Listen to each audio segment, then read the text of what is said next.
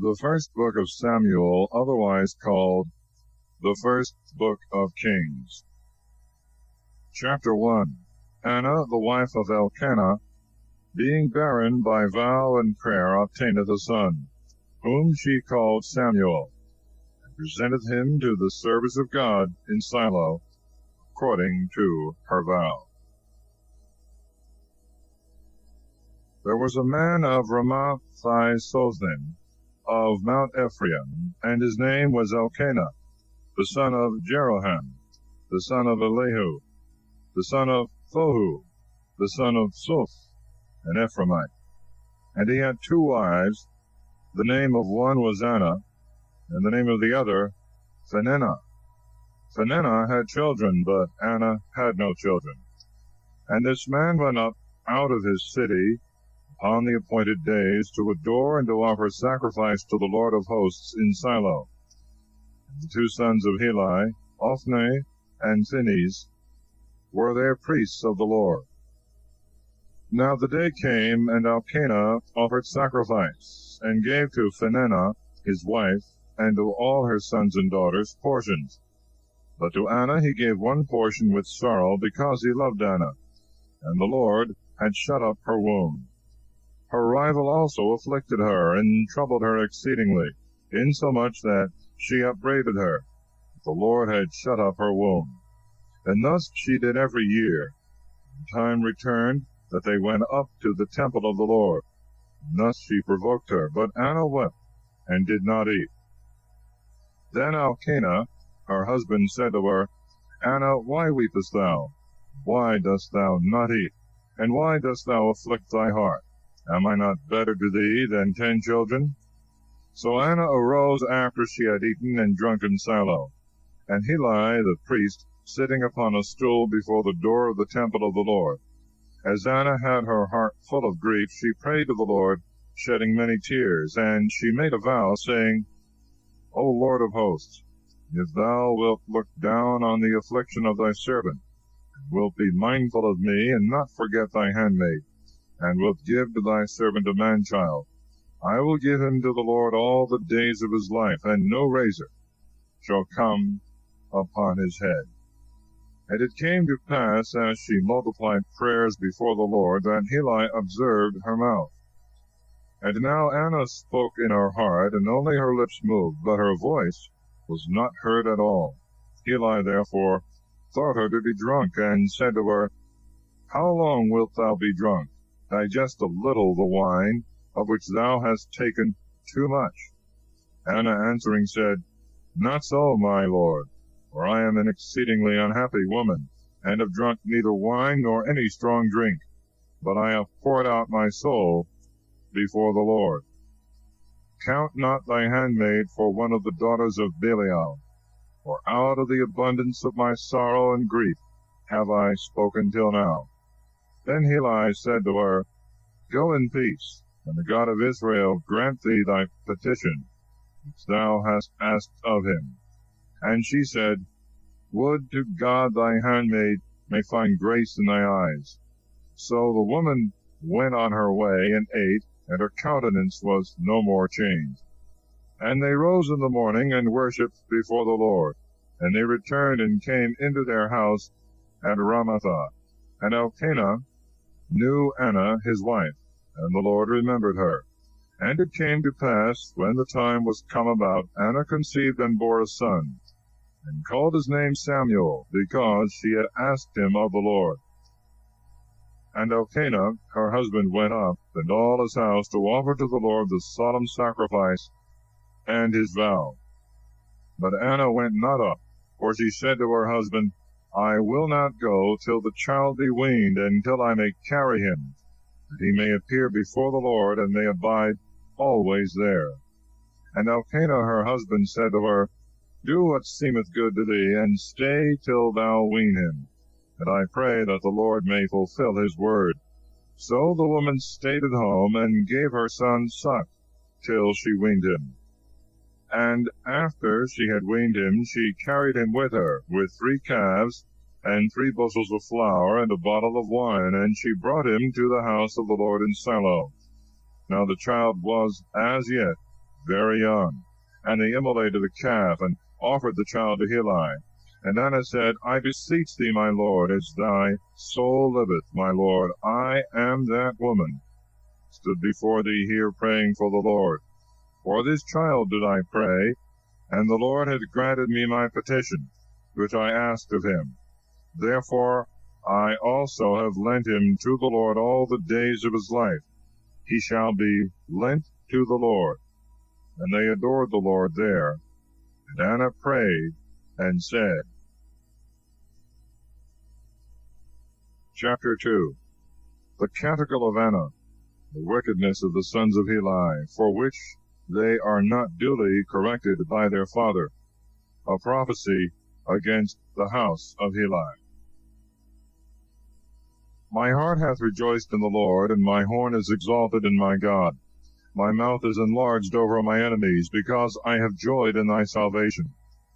There is none holy as the Lord is, for there is none other beside thee, and there is none strong like our God. Do not multiply to speak lofty things, boasting, let old matters depart from your mouth. The Lord is a God of all knowledge, and to him are thoughts prepared. The bow of the mighty is overcome, and the weak are girt with strength. They that were full before have hired out themselves for bread, and the hungry are filled, so that the barren hath borne many, and she that had many children is weakened. The Lord killeth and maketh alive.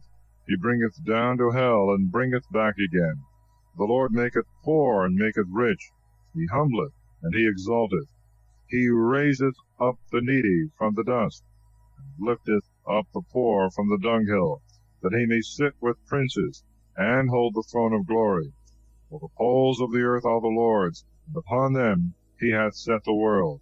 He will keep the feet of his saints, and the wicked shall be silent in darkness, because no man shall prevail by his own strength. The adversaries of the Lord shall fear him, and upon them shall be thunder in the heavens. The Lord shall judge the ends of the earth, and he shall give empire to his king, and shall exalt the horn of his Christ. And Elkanah went to Ramatha to his house. But the child ministered in the sight of the Lord before the face of Heli the priest. Now the sons of Heli were children of Belial, not knowing the Lord, nor the office of the priests to the people. But whosoever had offered a sacrifice, the servant of the priest came, while the flesh was in boiling, with a flesh hook of 3 teeth in his hand, and thrust it into the kettle, or into the cauldron, or into the pot, or into the pan. And all that the flesh hook brought up the priest took to himself. Thus did they to all Israel, and came to Shiloh. Also, before they burnt the fat, the servant of the priest came, and said to the man that sacrificed, Give me flesh to boil for the priest, for I will not take of the sodden flesh, but raw. And he that sacrificed said to him, Let the fat first be burnt today according to the custom, and then take as much as thy soul desireth. But he answered and said to him, Not so, but thou shalt give it me now, or else I will take it by force. Wherefore the sin of the young men was exceeding great before the Lord, because they withdrew men from the sacrifice of the Lord. But Samuel ministered before the face of the Lord, being a child girded with a linen ephod. And his mother made him a little coat, which she brought to him on the appointed days, when she went up with her husband to offer the solemn sacrifice. And Heli blessed Elkanah and his wife, and he said to him, The Lord give thee seed of this woman, for the loan thou hast lent to the Lord. And they went to their own home. And the Lord visited Anna, and she conceived, and bore 3 sons and 2 daughters. And the child Samuel became great before the Lord. Now Heli was very old, and he heard all that his sons did to all Israel, and how they lay with the women that waited at the door of the tabernacle. And he said to them, Why do you these kinds of things, which I hear very wicked things from all the people? Do not so, my sons, for it is no good report that I hear. you make the people of the Lord to transgress. One man shall sin against another. God may be appeased in his behalf. But if a man shall sin against the Lord, who shall pray for him? And they hearkened not to the voice of their father, because the Lord would slay them. The child Samuel advanced and grew on, and pleased both the Lord and men. And there came a man of God to Heli, and said to him, Thus saith the Lord, Did I not plainly appear to thy father's house, when they were in Egypt, in the house of Pharaoh? And I chose him out of all the tribes of Israel, to be my priest, to go up to my altar, and burn incense to me, and to wear the ephod before me. And I gave to thy father's house all the sacrifices of the children of Israel. Why have you kicked away my victims, and my gifts which I commanded to be offered in the temple? And thou hast rather honored thy sons than me, to eat the first fruits of every sacrifice of my people Israel. Wherefore thus saith the Lord, the God of Israel, I said indeed that thy house and the house of thy father should minister in my sight forever. But now saith the Lord, Far be this from me. Whosoever shall glorify me, him will I glorify. They that despise me shall be despised. Behold, the days come, and I will cut off thy arm, and the arm of thy father's house, that there shall not be an old man in thy house. And thou shalt see thy rival in the temple, in all the prosperity of Israel, and there shall not be an old man in thy house forever. However, I will not altogether take away a man of thee from my altar, but that thy eyes may faint, and thy soul be spent, and a great part of thy house shall die when they come to man's estate. And this shall be a sign to thee, that shall come upon thy two sons, Ophni and Phinehas. In one day they shall both of them die. That I will raise me up a faithful priest, who shall do according to my heart and my soul, and I will build him a faithful house, and he shall walk all days before my anointed. And it shall come to pass, that whosoever shall remain in thy house shall come that he may be prayed for, and shall offer a piece of silver, and a roll of bread, and shall say, Put me, I beseech thee, to somewhat of the priestly office, that I may eat a morsel of bread. Chapter 3. Samuel is 4 times called by the Lord, who revealeth to him the evil that shall fall on Heli and his house. How the child Samuel ministered to the Lord before Heli, and the word of the Lord was precious in those days. There was no manifest vision. And it came to pass one day, when Heli lay in his place, and his eyes were grown dim, that he could not see. Before the lamp of God went out, Samuel slept in the temple of the Lord, where the ark of God was. And the Lord called Samuel, and he answered, Here am I. And he ran to Heli and said, Here am I, for thou didst call me. He said, I did not call. Go back and sleep. And he went and slept. And the Lord called Samuel again, and Samuel arose and went to Heli, and said, Here am I, for thou calledst me. He answered, I did not call thee, my son. Return and sleep. Now Samuel did not yet know the Lord, neither had the word of the Lord been revealed to him. The Lord called Samuel again the 3rd time, and he arose up and went to Heli, and said, Here I am, for thou didst call me. Then Heli understood that the Lord called the child, and he said to Samuel, Go and sleep, and if he shall call thee any more, thou shalt say, Speak, Lord, for thy servant heareth. So Samuel went and slept in his place. And the Lord came and stood, and he called, as he had called the other times, Samuel, Samuel. Samuel said, Speak, Lord, for thy servant heareth. And the Lord said to Samuel, Behold, I do a thing in Israel, and whosoever shall hear it, both his ears shall tingle. In that day I will raise up against Heli all the things I have spoken concerning his house. I will begin, and I will make an end. For I have foretold unto him that I will judge his house forever for iniquity, because he knew that his sons did wickedly, and did not chastise them. Therefore have I sworn to the house of Heli, that the iniquity of his house shall not be expiated with victims nor offerings forever. And Samuel slept till morning, and opened the doors of the house of the Lord. And Samuel feared to tell the vision to Heli. Then Heli called Samuel, and said, Samuel, my son. And he answered, Here am I. And he asked him, What is the word that the Lord hath spoken to thee? I beseech thee, hide it not from me. May God do so and so to thee, and add so and so, if thou hide from me one word of all that were said to thee. So Samuel told him all the words, and did not hide them from him. And he answered, It is the Lord. Let him do what is good in his sight. And Samuel grew, and the Lord was with him, and not one of his words fell to the ground. The Lord again appeared in Shiloh, for the Lord revealed himself to Samuel in Shiloh, according to the word of the Lord. The word of Samuel came to pass all Israel. Chapter 4. The Israelites, being overcome by the Philistines, send for the ark of God. They are beaten again. The sons of Heli are killed, and the ark taken. On the hearing of the news, Heli falleth backward and dieth. And it came to pass in those days that the Philistines gathered themselves together to fight.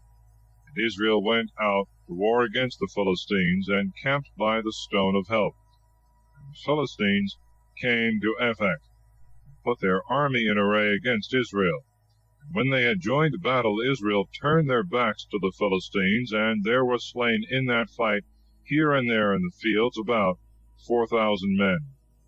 And the people returned to camp. And the ancients of Israel said, Why hath the Lord defeated us today before the Philistines?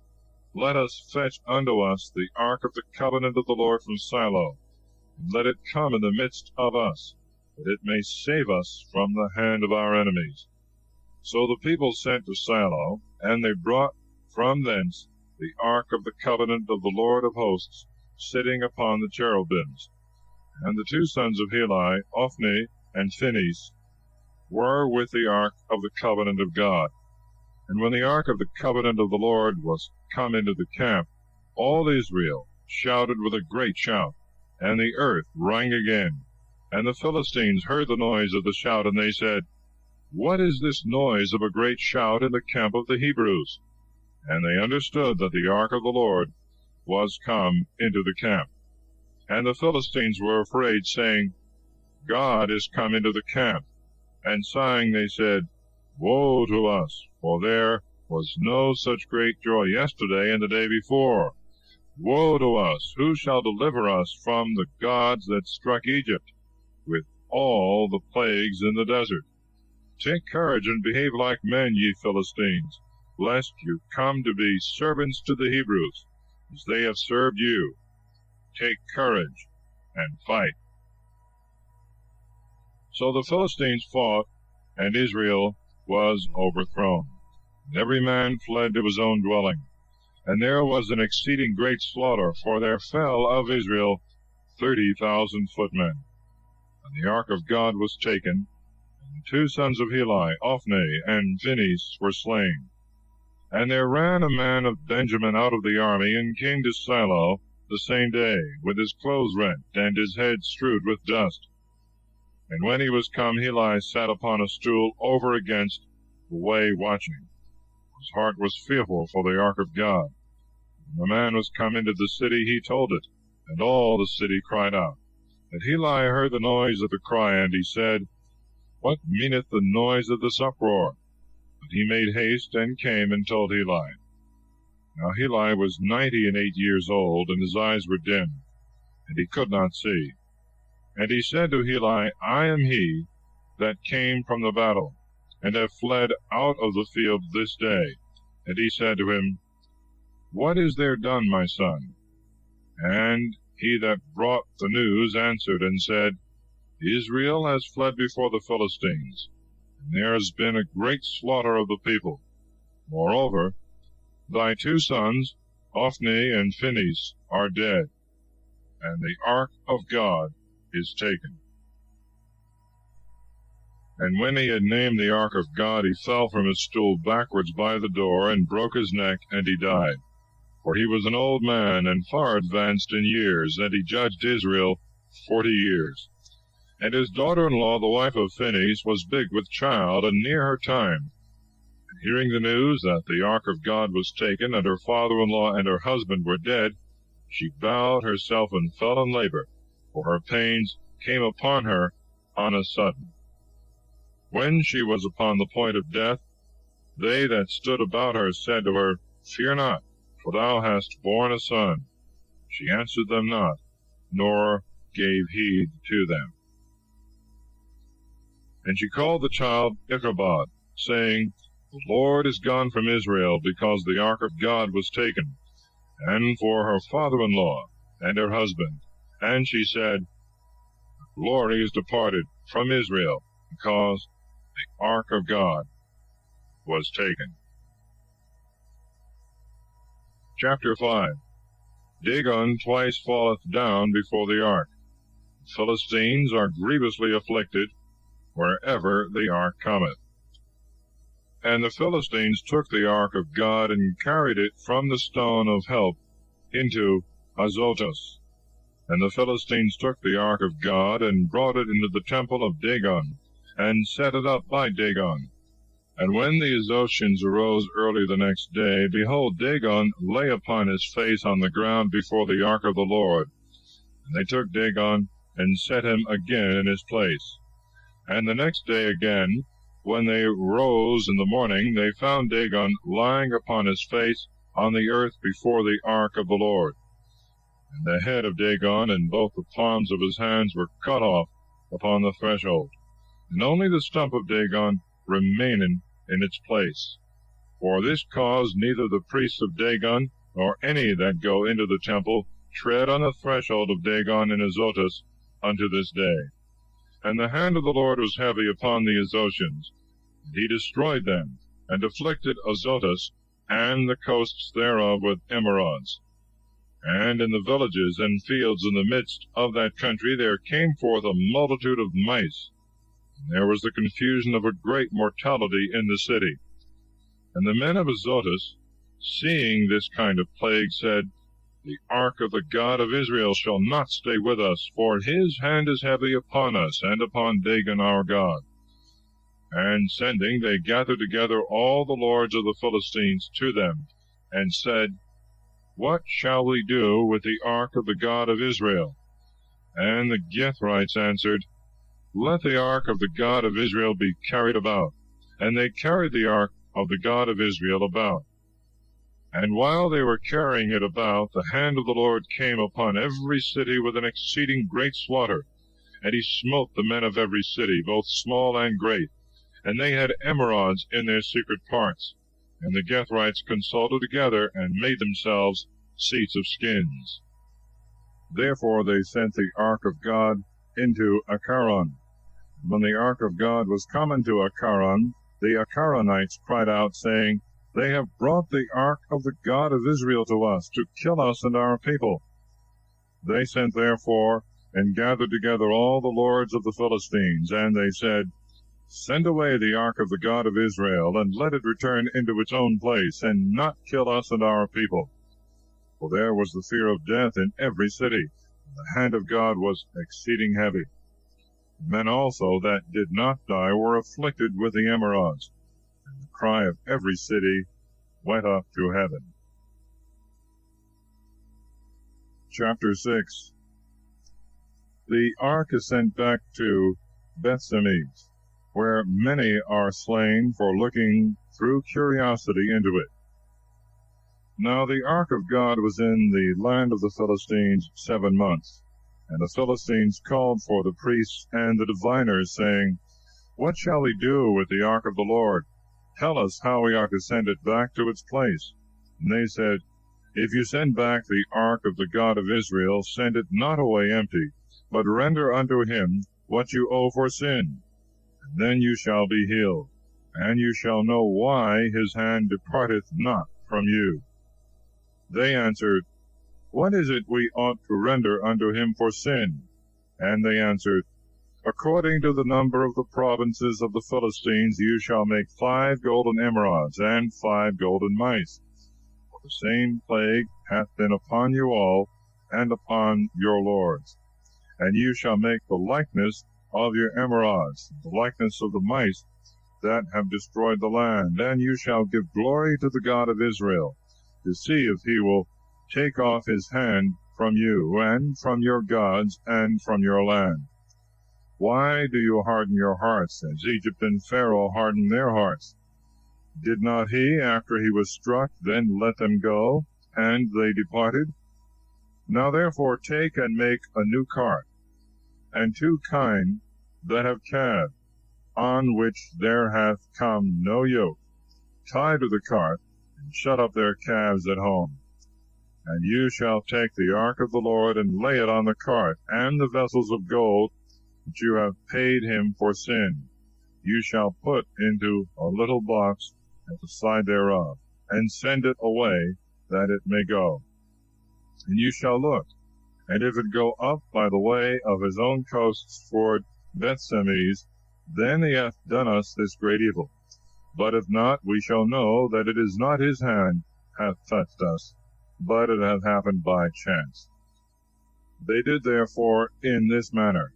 And taking 2 kine that had suckling calves, they yoked them to the cart, and shut up their calves at home. And they laid the ark of God upon the cart, the little box that had in it golden mice and the likeness of the emerods. And the kine took the straight way that leadeth to Bethsemes. And they went along the way, blowing as they went, and turning not aside neither to the right hand nor to the left. The lords of the Philistines followed them as far as the borders of Bethsemes.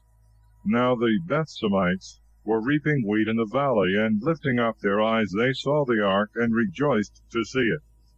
And the cart came into the field of Josue, a Bethsemite, and stood there. And there was a great stone, and they cut in pieces the wood of the cart, and laid the kine upon it, a holocaust to the Lord. And the Levites took down the ark of God, and the little box that was at the side of it, wherein were the vessels of gold, and they put them upon the great stone. The men also of Bethsemes offered holocausts and sacrificed victims that day to the Lord. And the 5 princes of the Philistines saw, and they returned to Acharon the same day. And these were the golden emerods which the Philistines returned for sin to the Lord. For Azotus 1, for Gaza 1, for Askelon 1, for Gath 1, for Acharon 1. Golden mice according to the number of the cities of the Philistines of the 5 provinces, from the fenced city to the village that was without the wall, and to the great Abel, the stone, whereupon they set down the ark of the Lord, which was till that day in the field of Josue the Bethsemite. But he slew the men of Bethsemes, because they had seen the ark of the Lord. And he slew the people 70 men, and 50,000 of the common people. And the people lamented, because the Lord had smitten the people with a great slaughter. And the men of Bethsemes said, Who shall be able to stand before the Lord this holy God? And to whom shall he go up from us? And they sent messengers to the inhabitants of Kiriathaim, saying, The Philistines have brought back the ark of the Lord. Come ye down, and fetch it up to you. Chapter 7. The ark is brought to Kiriathaim. By Samuel's exhortation, the people cast away their idols, and serve God alone. The Lord defeateth the Philistines, while Samuel offereth sacrifice. And the men of Kiriathaim came and fetched up the ark of the Lord, and carried it into the house of Abinadab in Gabaa. And they sanctified Eleazar his son to keep the ark of the Lord. And it came to pass that from the day the ark of the Lord abode in Kiriath-jearim, days were multiplied, for it was now the 20th year, and all the house of Israel rested, following the Lord. And Samuel spoke to all the house of Israel, saying, If you turn to the Lord with all your heart, and put away the strange gods from among you, Baalim and Ashtaroth, and prepare your hearts unto the Lord, and serve him only, and he will deliver you out of the hand of the Philistines. Then the children of Israel put away Baalim and Ashtaroth, and served the Lord only. And Samuel said, Gather all Israel to Mizpah, that I may pray to the Lord for you. And they gathered together to Mizpah, and they drew water, and poured it out before the Lord. And they fasted on that day. And they said there, We have sinned against the Lord. Samuel judged the children of Israel in Mizpah. And the Philistines heard that the children of Israel were gathered together in Mizpah. The lords of the Philistines went up against Israel. When the children of Israel heard this, they were afraid of the Philistines. And they said to Samuel, Cease not to cry to the Lord our God for us, that he may save us out of the hand of the Philistines. And Samuel took a sucking lamb, and offered it whole for a holocaust to the Lord. And Samuel cried to the Lord for Israel, and the Lord heard him. And it came to pass, when Samuel was offering the holocaust, the Philistines began the battle against Israel.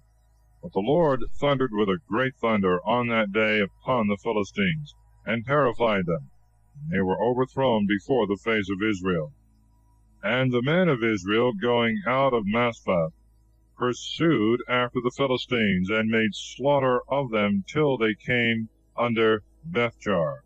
And Samuel took a stone, and laid it between Mizpah and Sen. And he called the place the Stone of Help. And he said, Thus far the Lord hath helped us. And the Philistines were humbled, and they did not come any more into the borders of Israel. The hand of the Lord was against the Philistines all the days of Samuel. And the cities which the Philistines had taken from Israel were restored to Israel, from Ekron to Geth, and their borders. And he delivered Israel from the hand of the Philistines. And there was peace between Israel and the Amorites. And Samuel judged Israel all the days of his life.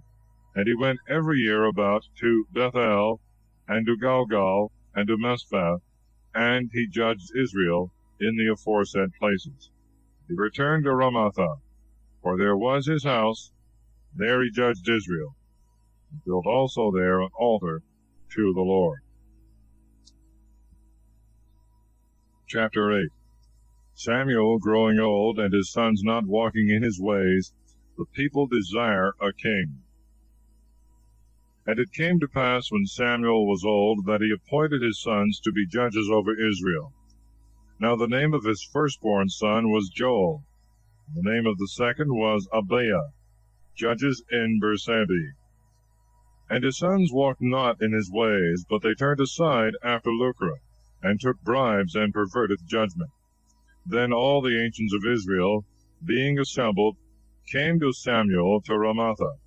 And they said to him, Behold, thou art old, and thy sons walk not in thy ways. Make us a king to judge us, as all nations have.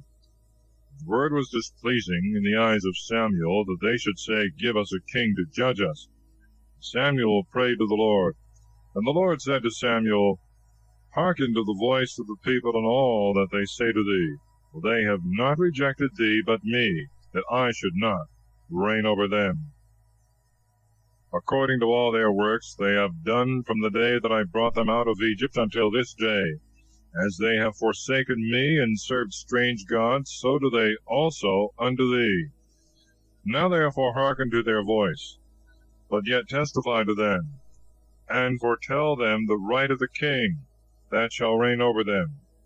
Then Samuel told all the words of the Lord to the people that had desired a king of him, and said, This will be the right of the king, that shall reign over you.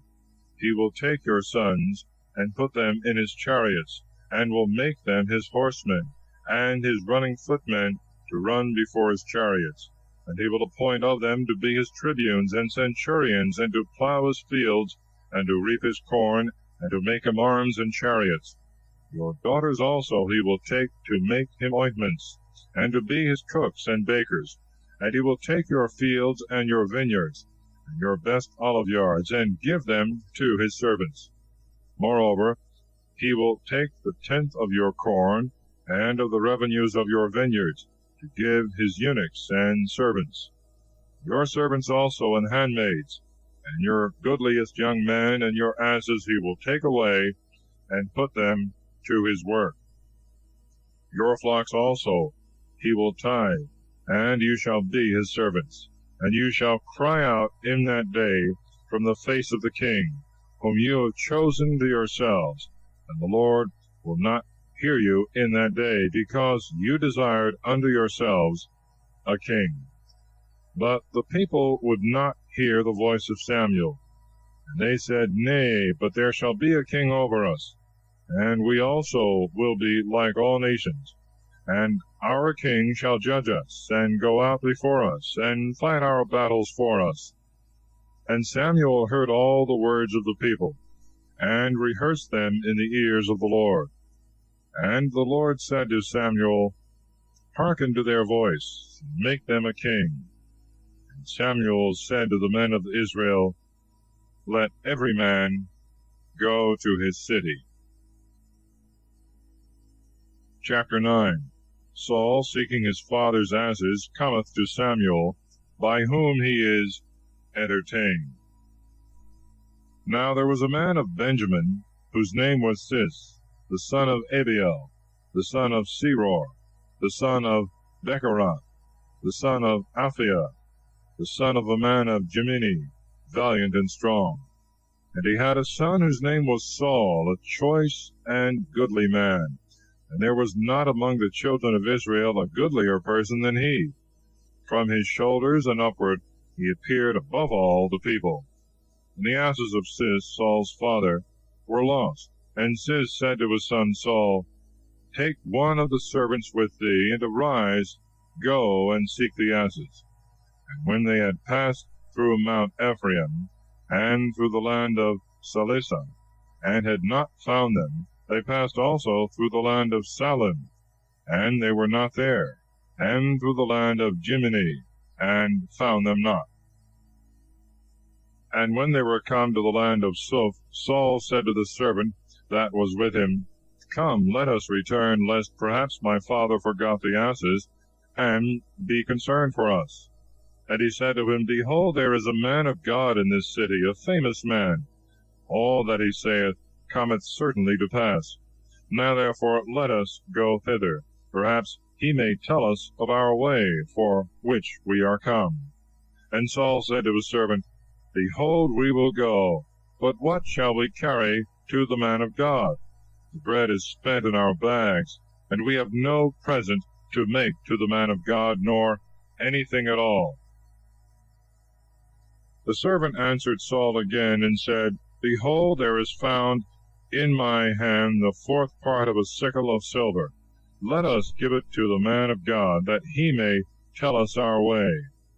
Now in time past in Israel, when a man went to consult God, he spoke thus, Come, let us go to the seer.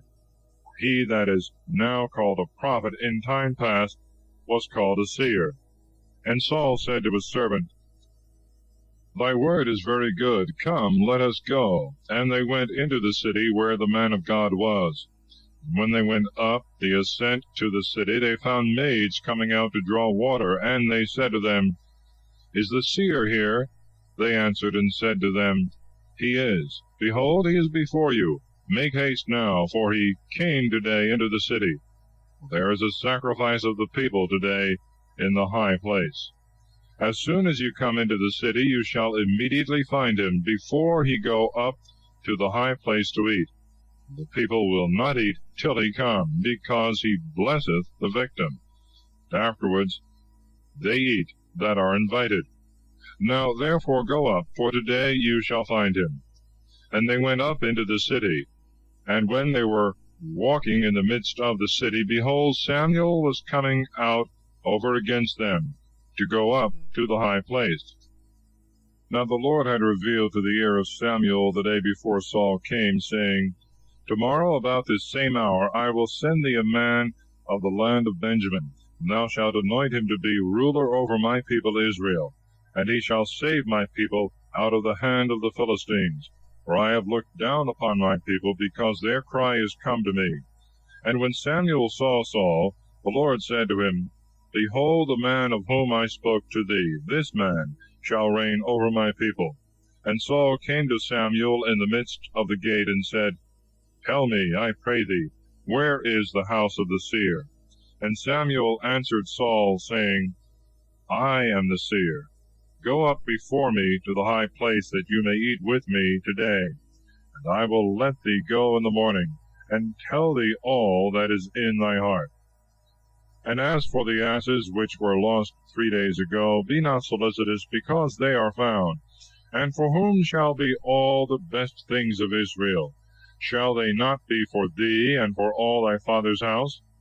And Saul answering said, Am not I a son of Jemini, of the least tribe of Israel, and my kindred the last among all the families of the tribe of Benjamin? Why then hast thou spoken this word to me? Then Samuel, taking Saul and his servant, brought them into the parlor, and gave them a place at the head of them that were invited, for there were about 30 men. And Samuel said to the cook, Bring the portion which I gave thee, and commanded thee to set it apart by thee. And the cook took up the shoulder, and set it before Saul. And Samuel said, Behold what is left, set it before thee, and eat, because it was kept of purpose for thee, when I invited the people. And Saul ate with Samuel that day. And they went down from the high place into the town, and he spoke with Saul upon the top of the house. And he prepared a bed for Saul on top of the house, and he slept. And when they were risen in the morning, and it began now to be light, Samuel called Saul on the top of the house, saying, Arise, that I may let thee go. And Saul arose, and they went out, both of them, to wit, he and Samuel. And as they were going down in the end of the city, Samuel said to Saul, Speak to the servant to go before us, and pass on, but stand thou still a while, that I may tell thee the word of the Lord. Chapter 10. Saul is anointed.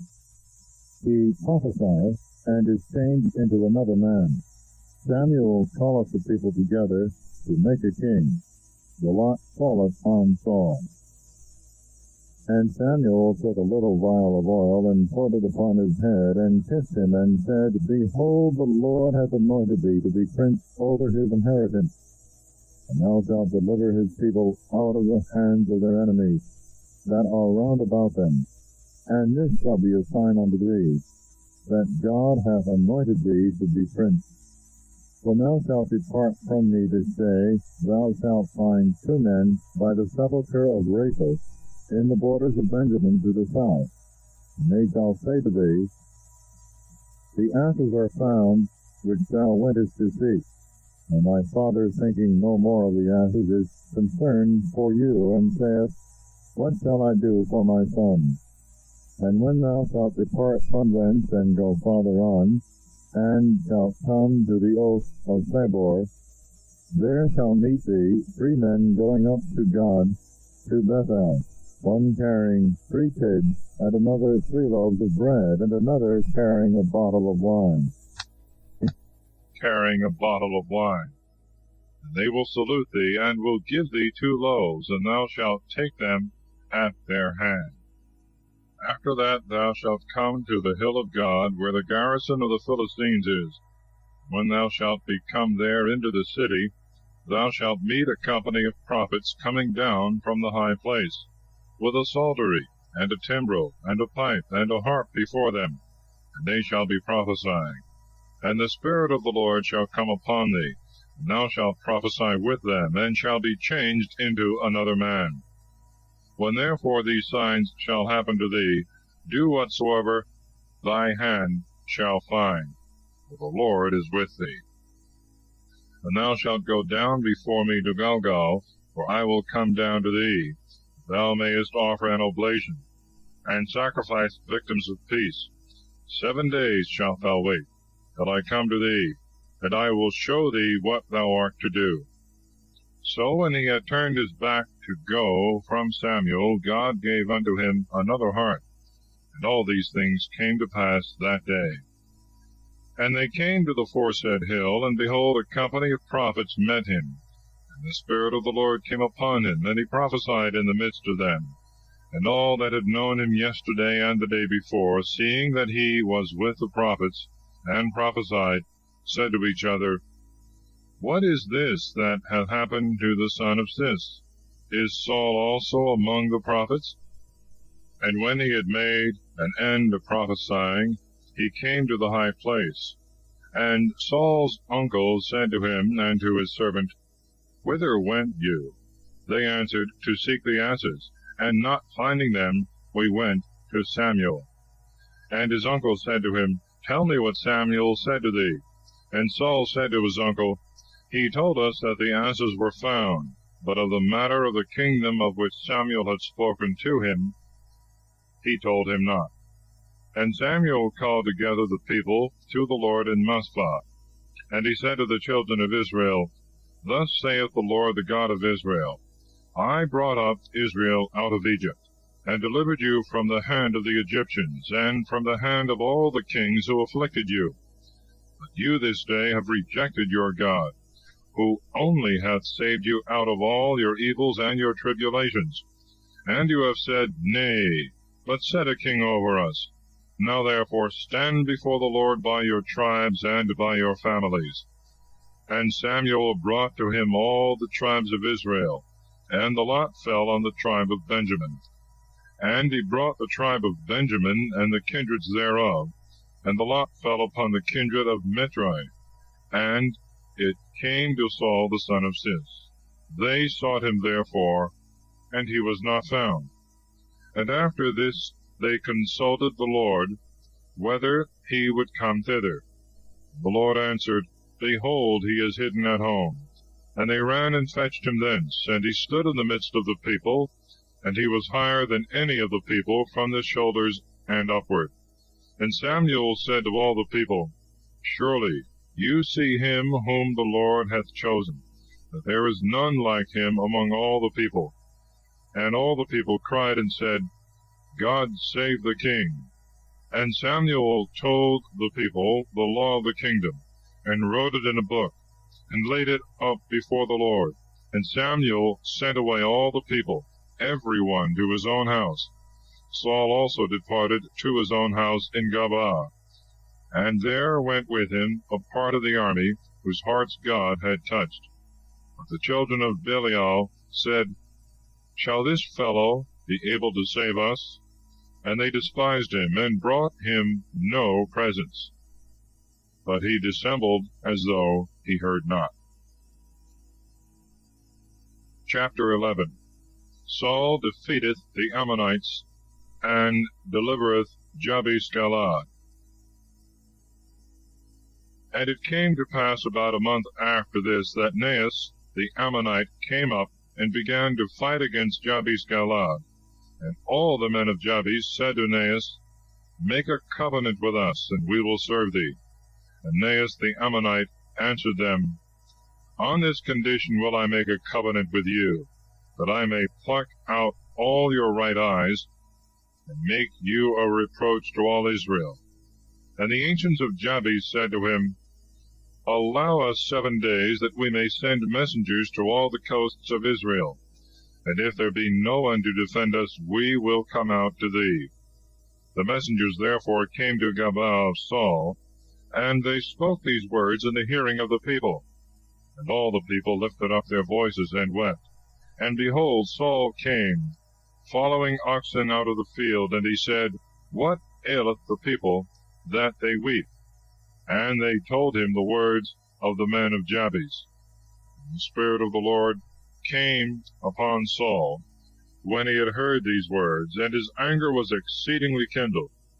And taking both the oxen, he cut them in pieces, and he sent them into all the coasts of Israel by messengers, saying, Whosoever shall not come forth and follow Saul and Samuel, so shall it be done to his oxen.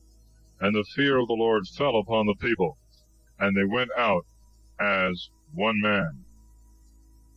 And he numbered them in Bezek, and there were of the children of Israel 300,000, and of the men of Judah 30,000. And they said to the messengers that came, Thus shall you say to the men of Jabesh Gilead, Tomorrow, when the sun shall be hot, you shall have relief. The messengers therefore came and told the men of Jabesh, and they were glad. And they said, In the morning we will come out to you, and you shall do what you please with us. And it came to pass, when the morrow was come, that Saul put the people in 3 companies. And he came into the midst of the camp in the morning watch, and he slew the Ammonites until the day grew hot, and the rest were scattered, so that 2 of them were not left together. And the people said to Samuel, Who is he that said, Shall Saul reign over us? Bring the men, we will kill them. And Saul said, No man shall be killed this day, because the Lord this day hath wrought salvation in Israel. And Samuel said to the people, Come and let us go to Gilgal, and let us renew the kingdom there. And all the people went to Gilgal, and there they made Saul king before the Lord in Gilgal. And they sacrificed 3 victims of peace before the Lord. And there Saul and all the men of Israel rejoiced exceedingly. Chapter 12. Samuel's integrity is acknowledged. God showeth by a sign from heaven that they had done ill in asking for a king. And Samuel said to all Israel, Behold, I have hearkened to your voice in all that you said to me, and have made a king over you. And now the king goeth before you. But I am old and grey-headed, and my sons are with you, having then conversed with you from my youth unto this day. Behold, here I am. Speak of me before the Lord, and before his anointed, whether I have taken any man's ox or ass, if I have wronged any man, if I have oppressed any man, if I have taken a bribe at any man's hand, and I will despise it this day, and will restore it to you. And they said, Thou hast not wronged us, nor oppressed us, nor taken aught at any man's hand. And he said to them, The Lord is witness against you, and his anointed is witness this day, that you have not found anything in my hand. And they said, He is witness. And Samuel said to the people, It is the Lord who made Moses and Aaron, and brought our fathers out of the land of Egypt. Now therefore stand up, that I may plead in judgment against you before the Lord concerning all the kindness of the Lord, which he hath shown to you and to your fathers, how Jacob went into Egypt, and your fathers cried to the Lord, and the Lord sent Moses and Aaron, and brought your fathers out of Egypt, and made them dwell in this place.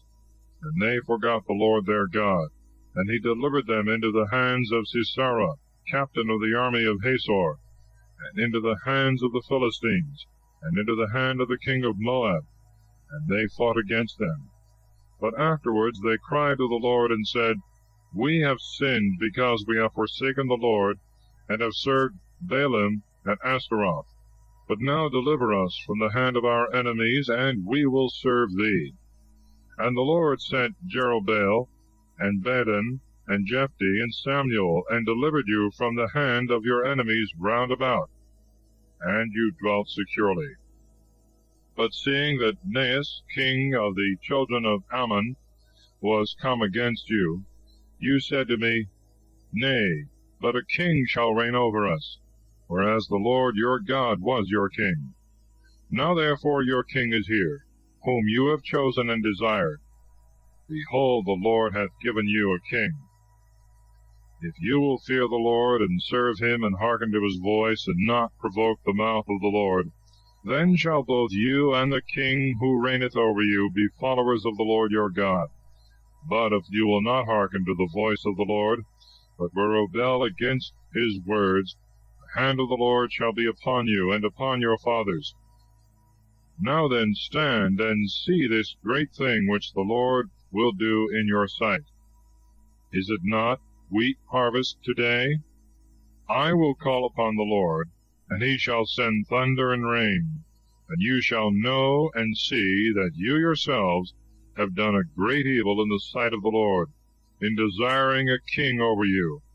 And Samuel cried unto the Lord, and the Lord sent thunder and rain that day. And all the people greatly feared the Lord and Samuel. And all the people said to Samuel, Pray for thy servants to the Lord thy God, that we may not die. For we have added to all our sins this evil, to ask for a king. And Samuel said to the people, Fear not, you have done all this evil, but yet depart not from following the Lord, but serve the Lord with all your heart, and turn not aside after vain things which shall never profit you, nor deliver you, because they are vain. And the Lord will not forsake his people for his great name's sake, because the Lord hath sworn to make you his people. Far from me be this sin against the Lord, that I should cease to pray for you, and I will teach you the good and right way. Therefore fear the Lord, and serve him in truth and with your whole heart, for you have seen the great works which he hath done among you. But if you will still do wickedly, both you and your king shall perish together. Chapter 13. The war between Saul and the Philistines. The distress of the Israelites. Saul offereth sacrifice before the coming of Samuel, of which he is reproved. Saul was a child of 1 year when he began to reign, and he reigned 2 years over Israel. And Saul chose him 3,000 men of Israel, and 2,000 were with Saul in Machmas, and in Mount Bethel, and 1,000 with Jonathan in Gabaa of Benjamin. And the rest of the people he sent back every man to their dwellings. And Jonathan smote the garrison of the Philistines which was in Gabaa. And when the Philistines had heard of it, Saul sounded the trumpet over all the land, saying, Let the Hebrews hear. And all Israel heard this report. Saul hath smitten the garrison of the Philistines. And Israel took courage against the Philistines. And the people were called together after Saul to Gilgal.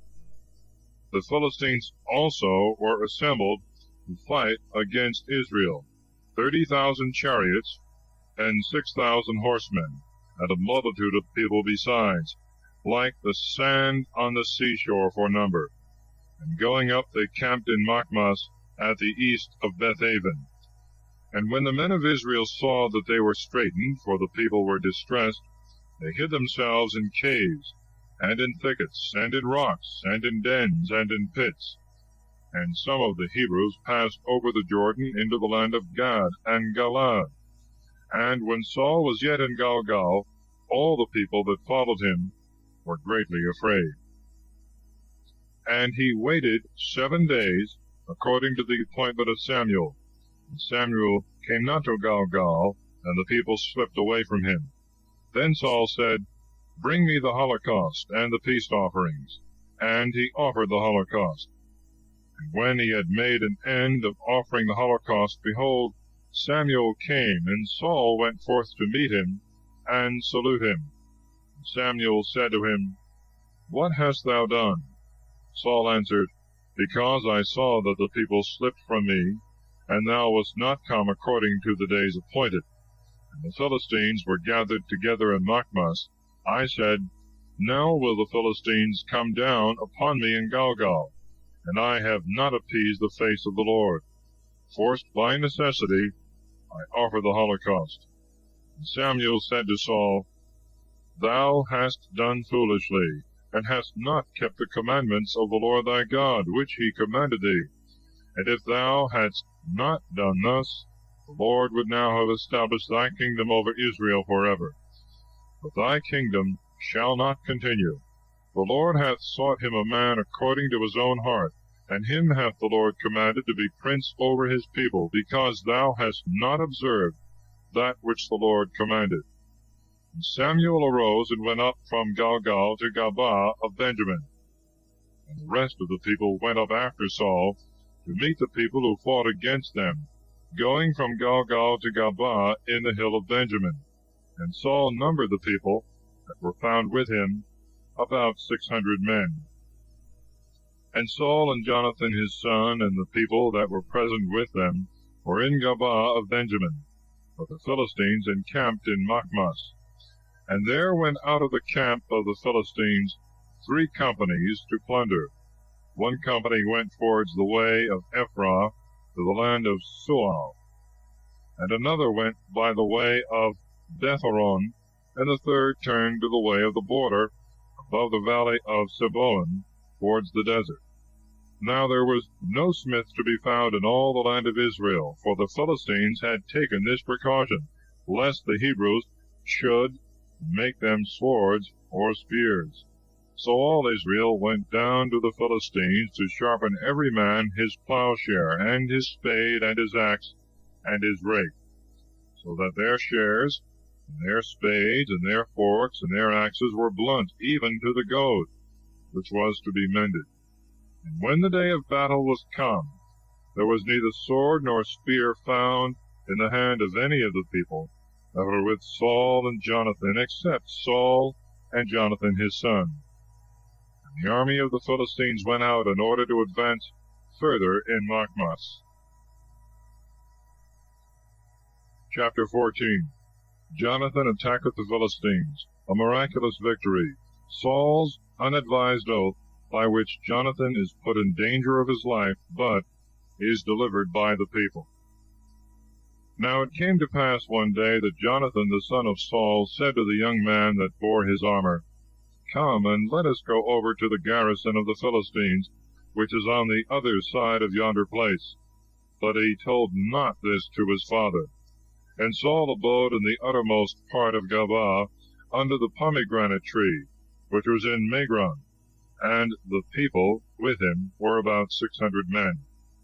And Achias the son of Achitob, brother to Ichabod the son of Phinehas, the son of Heli, the priest of the Lord in Shiloh, wore the ephod. The people knew not whither Jonathan was gone. Now there were between the ascents by which Jonathan sought to go over to the garrison of the Philistines rocks standing up on both sides, and steep cliffs like teeth on the one side, and on the other the name of the one was Bozez, and the name of the other was Sini. One rock stood out towards the north over against Michmash, and the other to the south over against Gabaa.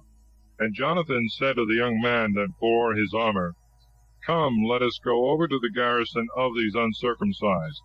It may be the Lord will do for us, because it is easy for the Lord to save either by many or by few.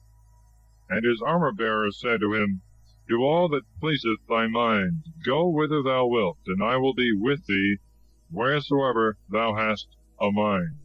And Jonathan said, Behold, we will go over to these men. And when we shall be seen by them, if they shall speak thus to us, Stay till we come to you. Let us stand still in our place, and may not go up to them. But if they shall say, Come up to us, let us go up, because the Lord hath delivered them into our hands, this shall be a sign unto us. So both of them discovered themselves to the garrison of the Philistines. And the Philistines said, Behold, the Hebrews come forth out of the holes wherein they were hid. And the men of the garrison spoke to Jonathan and to his armor-bearer, and said, Come up to us, and we will show you a thing. And Jonathan said to his armor-bearer, Let us go up, follow me, for the Lord hath delivered them into the hands of Israel. And Jonathan went up, creeping on his hands and feet, and his armor-bearer after him. And some fell before Jonathan, others his armor-bearer slew as he followed him. The first slaughter which Jonathan and his armor-bearer made was of about 20 men, within half an acre of land, which a yoke of oxen is wont to plow in a day. And there was a miracle in the camp, through the fields, Yea, and all the people of their garrison, who had gone out to plunder, were amazed, and the earth trembled. And it happened as a miracle from God. And the watchmen of Saul, who were in Gabaa of Benjamin, looked, and behold, a multitude overthrown, and fleeing this way and that. And Saul said to the people that were with him, Look, and see who is gone from us. And when they had sought, it was found that Jonathan and his armor-bearer were not there. And Saul said to Achias, Bring the ark of the Lord, for the ark of God was there that day with the children of Israel. And while Saul spoke to the priest, there arose a great uproar in the camp of the Philistines, and it increased by degrees, and was heard more clearly. And Saul said to the priest, Draw in thy hand. Then Saul and all the people that were with him shouted together, and they came to the place of the fight. And behold, every man's sword was turned upon his neighbor, and there was a very great slaughter. Moreover, the Hebrews that had been with the Philistines yesterday and the day before, and went up with them into the camp, returned to be with the Israelites who were with Saul and Jonathan. And all the Israelites that had hid themselves in Mount Ephraim, hearing that the Philistines fled, joined themselves with their countrymen in the fight. And there were with Saul about 10,000 men. And the Lord saved Israel that day. And the fight went on as far as Bethaven. And the men of Israel were joined together that day. And Saul adjured the people, saying, Cursed be the man that shall eat food till evening, till I be revenged of my enemies. So none of the people tasted any food. And all the common people came into a forest, in which there was honey upon the ground. And when the people came into the forest, behold, the honey dropped, but no man put his hand to his mouth, for the people feared the oath.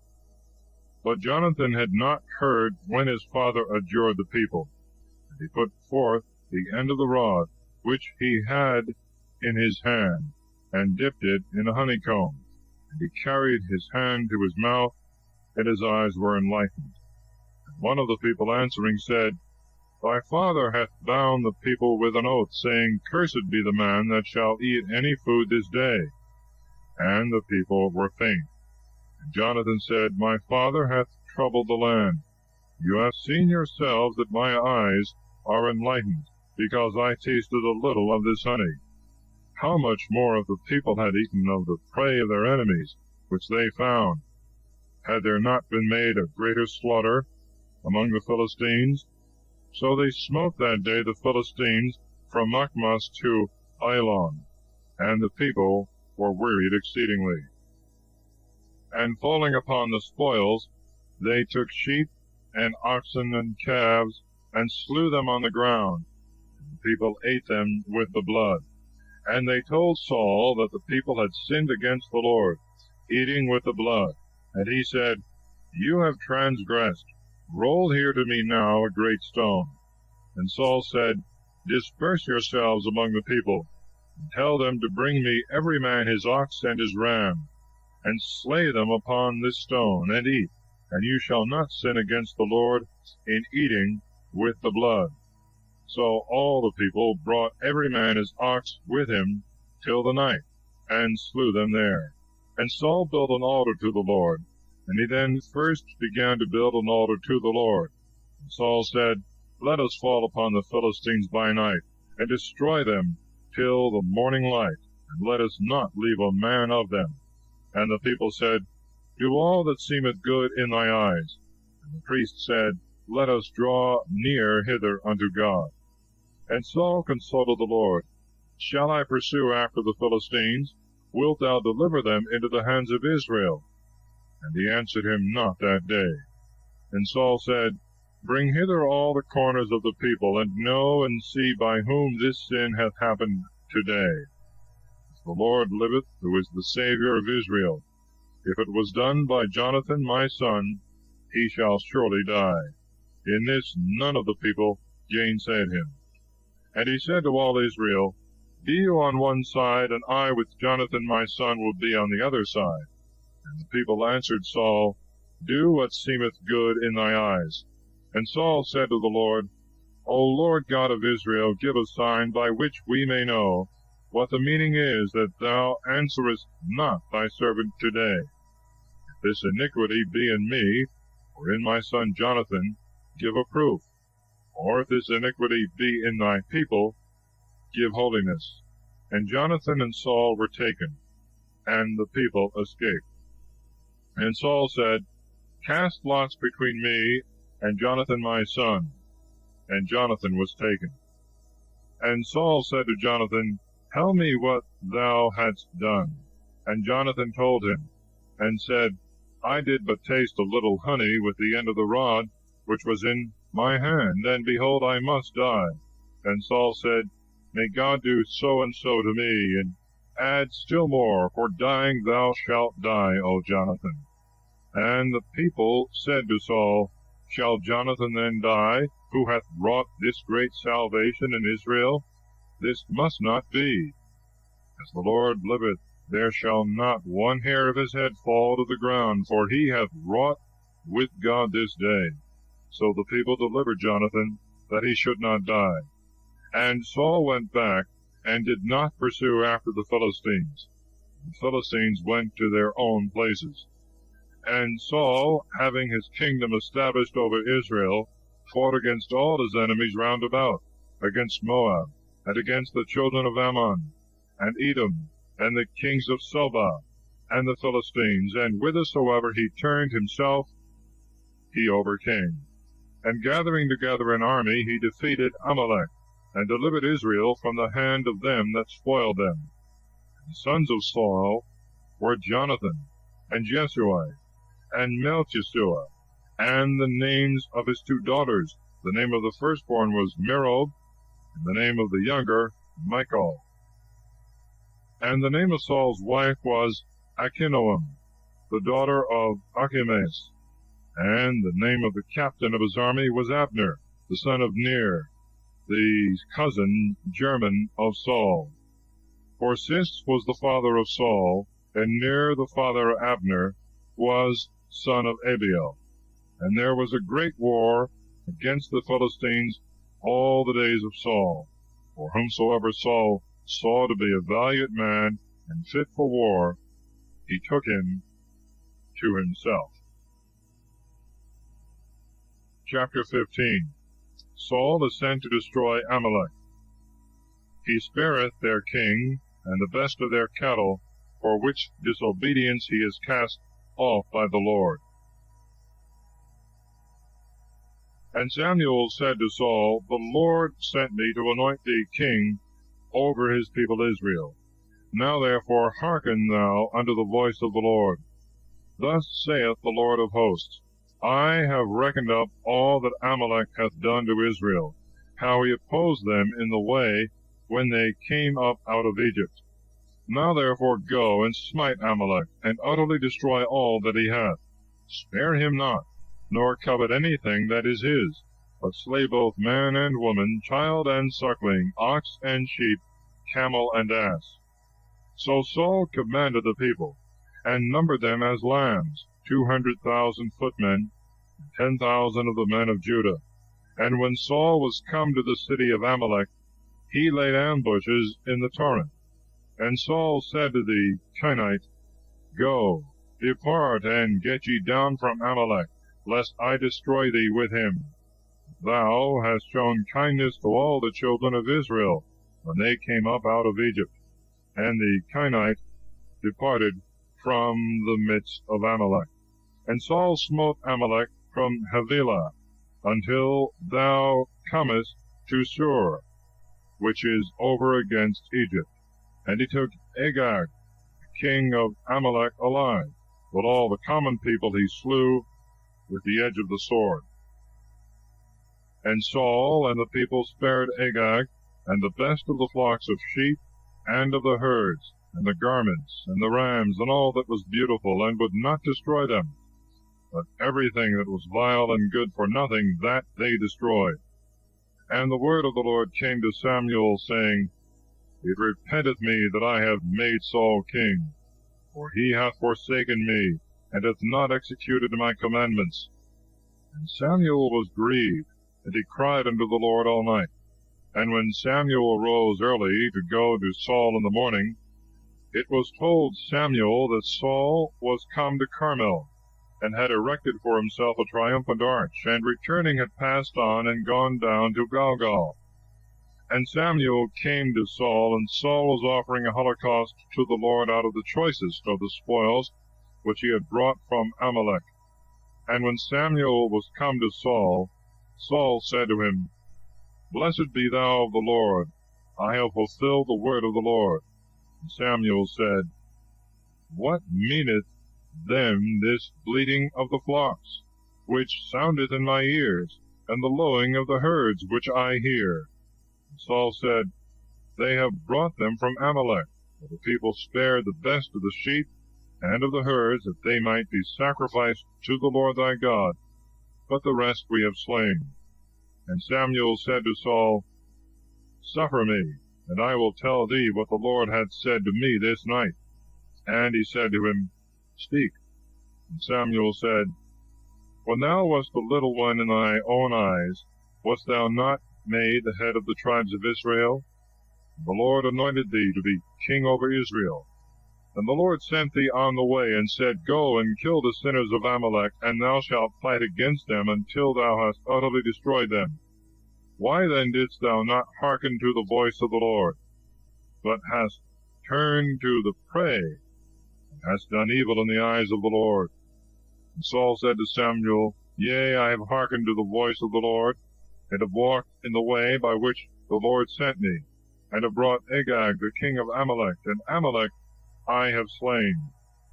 But the people took of the spoils, sheep and oxen, as the firstfruits of those things that were slain, to offer sacrifice to the Lord their God in Gilgal. And Samuel said, Doth the Lord desire holocausts and victims, and not rather that the voice of the Lord should be obeyed? For obedience is better than sacrifices, and to hearken rather than to offer the fat of rams. Because it is like the sin of witchcraft to rebel, and like the crime of idolatry to refuse to obey. Forasmuch therefore as thou hast rejected the word of the Lord hath also rejected thee from being king. And Saul said to Samuel, I have sinned because I have transgressed the commandment of the Lord, in thy words, fearing the people, and obeying their voice. But now bear, I beseech thee, my sin, and returneth with me, that I may adore the Lord. And Samuel said to Saul, I will not return with thee, because thou hast rejected the word of the Lord, and the Lord hath rejected thee from being king over Israel. And Samuel turned about to go away, but he laid hold upon the skirt of his mantle, and it rent. And Samuel said to him, The Lord hath rent the kingdom of Israel from thee this day, and hath given it to thy neighbor, who is better than thee. But the triumpher in Israel will not spare, and will not be moved to repentance, for he is not a man that he should repent. Then he said, I have sinned, yet honor me now before the ancients of my people and before Israel, and return with me, that I may adore the Lord thy God. So Samuel turned again after Saul, and Saul adored the Lord. And Samuel said, Bring hither to me Agag the king of Amalek. And Agag was presented to him very fat and trembling. And Agag said, Doth bitter death separate in this manner? And Samuel said, As thy sword hath made women childless, so shall thy mother be childless among women. And Samuel hewed him in pieces before the Lord in Gilgal. And Samuel departed to Ramathah. Saul went up to his house in Gabaa. And Samuel saw Saul no more till the day of his death. Nevertheless Samuel mourned for Saul, because the Lord repented that he had made him king over Israel. Chapter 16. Samuel is sent to Bethlehem, where he anointed David, who is taken into Saul's family. And the Lord said to Samuel, How long wilt thou mourn for Saul, whom I have rejected from reigning over Israel? Fill thy horn with oil, and come, that I may send thee to Isai the Bethlehemite, I have provided me a king among his sons. And Samuel said, How shall I go? For Saul will hear of it, and he will kill me. And the Lord said, Thou shalt take with thee a calf of the herd, and thou shalt say, I am come to sacrifice to the Lord. And thou shalt call aside to the sacrifice, and I will show thee what thou art to do. And thou shalt anoint him whom I shall show to thee. Then Samuel did as the Lord had said to him. And he came to Bethlehem. The ancients of the city wondered, and meeting him they said, Is thy coming hither peaceable? And he said, It is peaceable. I am come to offer sacrifice to the Lord. Be ye sanctified, and come with me to the sacrifice. And he sanctified Asai and his sons, and called them to the sacrifice. And when they were come in, he saw Eliab, and said, Is the Lord's anointed before him? And the Lord said to Samuel, Look not on his countenance, nor on the height of his stature, because I have rejected him. Nor do I judge according to the look of man, for man seeth those things that appear, but the Lord beholdeth the heart. And Asai called Abinadab, and brought him before Samuel, and he said, Neither hath the Lord chosen this. And Asai brought Shammah, and he said to him, Neither hath the Lord chosen this. Asai therefore brought his 7 sons before Samuel. And Samuel said to Asai, The Lord hath not chosen any one of these. And Samuel said to Asai, Are here all thy sons? He answered, There remaineth yet a young one, who keepeth the sheep. And Samuel said to Asai, Send and fetch him, for we will not sit down till he come hither. He sent therefore and brought him. Now he was ruddy and beautiful to behold, and of a comely face. And the Lord said, Arise and anoint him. This is he. Then Samuel took the horn of oil, and anointed him in the midst of the brethren. And the Spirit of the Lord came upon David from that day forward.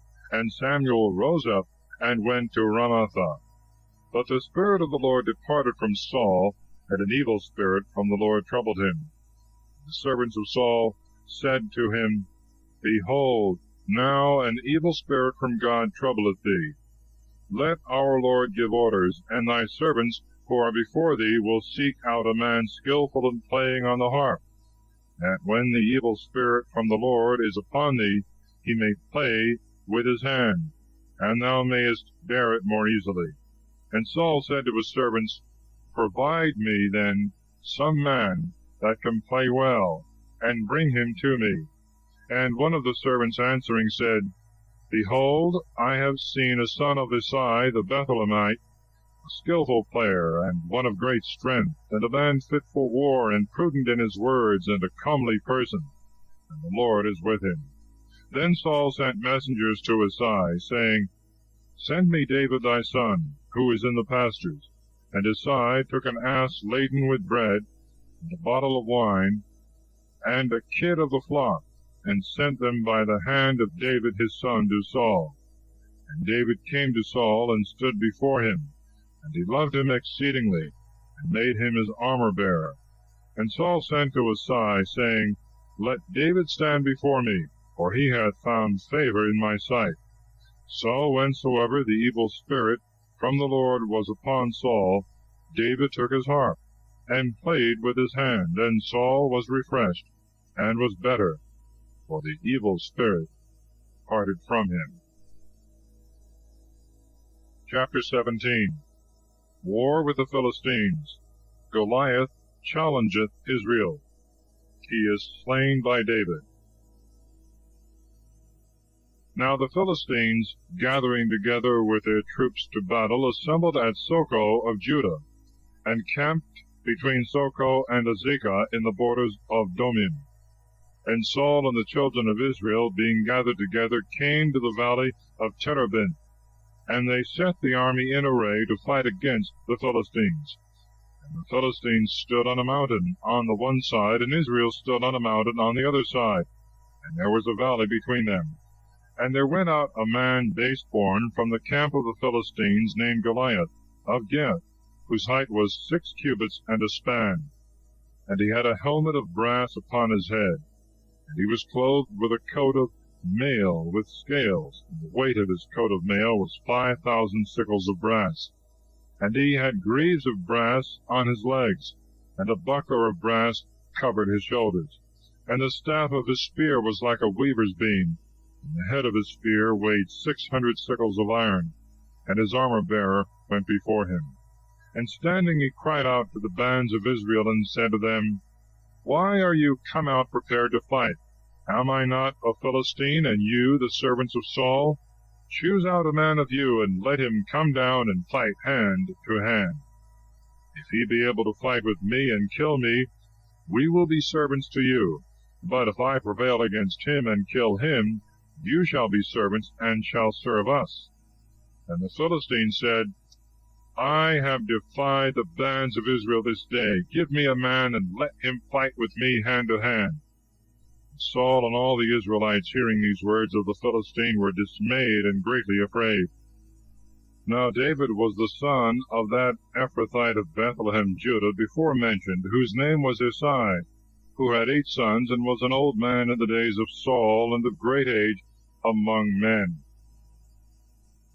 And his 3 eldest sons followed Saul to the battle. And the names of his 3 sons that went to the battle were Eliab the firstborn, and the second Abinadab, and the third Shammah. But David was the youngest. So the 3 eldest, having followed Saul, David went and returned from Saul to feed his father's flock at Bethlehem. Now the Philistine came out morning and evening, and presented himself 40 days. And Isai said to David his son, Take for thy brethren an ephah of frumenty, and these 10 loaves, and run to the camp to thy brethren. And carry these 10 little cheeses to the tribune, and go see thy brethren, if they are well, and learn with whom they are placed. But Saul and they and all the children of Israel were in the valley of Terebinth, fighting against the Philistines. David therefore arose in the morning, and gave the charge of the flock to the keeper, and went away loaded as Isai had commanded him. And he came to the place of Magala, and to the army which was going out to fight, and shouted for the battle. For Israel had put themselves in array, and the Philistines who stood against them were prepared. And David, leaving the vessels which he had brought under the care of the keeper of the baggage, ran to the place of the battle, and asked if all things went well with his brethren. And as he talked with them, that base-born man, whose name was Goliath, the Philistine of Gath, showed himself coming up from the camp of the Philistines, and he spoke according to the same words. And David heard them. And all the Israelites, when they saw the man, fled from his face, fearing him exceedingly. And someone of Israel said, Have you seen this man that has come up? For he has come up to defy Israel. And the man that shall slay him, the king will enrich with great riches, and will give him his daughter, and will make his father's house free from tribute in Israel. And David spoke to the men that stood by him, saying, What shall be given to the man that shall kill this Philistine, and shall take away the reproach from Israel? For who is this uncircumcised Philistine, that he should defy the armies of the living God? And the people answered him the same words, saying, These things shall be given to the man that shall slay him. Now when Eliab, his eldest brother, heard this, when he was speaking with others, he was angry with David, and said, Why camest thou hither? And why didst thou leave those few sheep in the desert? I know thy pride, and the wickedness of thy heart, that thou art come down to see the battle. And David said, What have I done? Is there not cause to speak? And he turned a little aside from him to another, and said the same word. The people answered him as before. And the words which David spoke were heard, and were rehearsed before Saul. And when he was brought to him, he said to him, Let not any man's heart be dismayed in him. I thy servant will go, and will fight against the Philistines. And Saul said to David, Thou art not able to withstand this Philistine, nor to fight against him. For thou art but a boy, but he is a warrior from his youth. And David said to Saul, Thy servant kept his father's sheep, and there came a lion or a bear, and took a ram out of the midst of the flock. And I pursued after them, and struck them, and delivered it out of their mouth. And they rose up against me, and I caught them by the throat, and I strangled and killed them. For I, thy servant, have killed both a lion and a bear, and this uncircumcised Philistine shall be also as one of them. I will go now and take away the reproach of the people. For who is this uncircumcised Philistine who hath dared to curse the army of the living God? And David said, The Lord, who delivered me out of the paw of the lion and out of the paw of the bear, he will deliver me out of the hand of this Philistine. And Saul said to David, Go, and the Lord be with thee. And Saul clothed David with his garments, and put a helmet of brass upon his head, and armed him with a coat of mail. And David, having girded his sword upon his armor, began to try if he could walk in the armor, for he was not accustomed to it. And David said to Saul, I cannot go thus, for I am not used to it. And he laid them off. And he took his staff, which he had always in his hands, and chose him 5 smooth stones out of the brook, and put them into the shepherd's scrip, which he had with him. And he took a sling in his hand, and went forth against the Philistine. And the Philistine came on, and drew nigh against David, and his armor-bearer before him. And when the Philistine looked and beheld David, he despised him, for he was a young man, ruddy, and of a comely countenance. And the Philistine said to David, Am I a dog, that thou comest to me with a staff? And the Philistine cursed David by his gods. And he said to David, Come to me, and I will give thy flesh to the birds of the air, and to the beasts of the earth.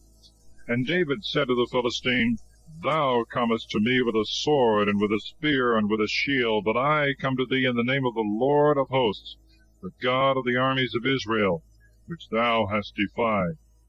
This day, and the Lord will deliver thee into my hand, and I will slay thee, and take away thy head from thee, and I will give the carcasses of the army of the Philistines this day to the birds of the air, and to the beasts of the earth, and all the earth may know that there is a God in Israel. And all this assembly shall know that the Lord saveth not with sword and spear, for it is his battle, and he will deliver you into our hands. And when the Philistine arose and was coming, and drew nigh to meet David, David made haste, and ran to the fight to meet the Philistine. And he put his hand into his scrip, and took a stone, and cast it with the sling, and fetching it about, struck the Philistine in the forehead. And the stone was fixed in his forehead, and he fell on his face upon the earth. And David prevailed over the Philistine with a sling and a stone, and he struck and slew the Philistine. And as David had no sword in his hand, he ran and stood over the Philistine, and took his sword, and drew it out of the sheath, and slew him, and cut off his head. And the Philistines, seeing that their champion was dead, fled away. And the men of Israel and Judah rising up shouted, and pursued after the Philistines, till they came to the valley and to the gates of Acharon. And there fell many wounded of the Philistines in the way of Saaraim, and as far as Geth, and as far as Acharon. And the children of Israel, returning after they had pursued the Philistines, fell upon their camp. And David, taking the head of the Philistine, brought it to Jerusalem, but his armor he put in his tent. Now at the time that Saul saw David going out against the Philistines, he said to Abner, the captain of the army, Of what family is this young man descended, Abner? And Abner said, As thy soul liveth, O king, I know not. And the king said, Inquire thou, whose son this man is. And when David was returned after the Philistine was slain, Abner took him, and brought him in before Saul with the head of the Philistine in his hand. And Saul said to him, Young man, of what family art thou? And David said, I am the son of thy servant Isai, the Bethlehemite. Chapter 18. The friendship of Jonathan and David. The envy of Saul, and his design upon David's life. He marrieth him to his daughter Michal.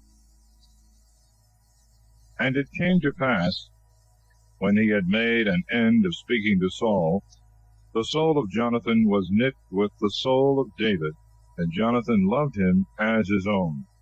And Saul took him that day, and would not let him return to his father's house.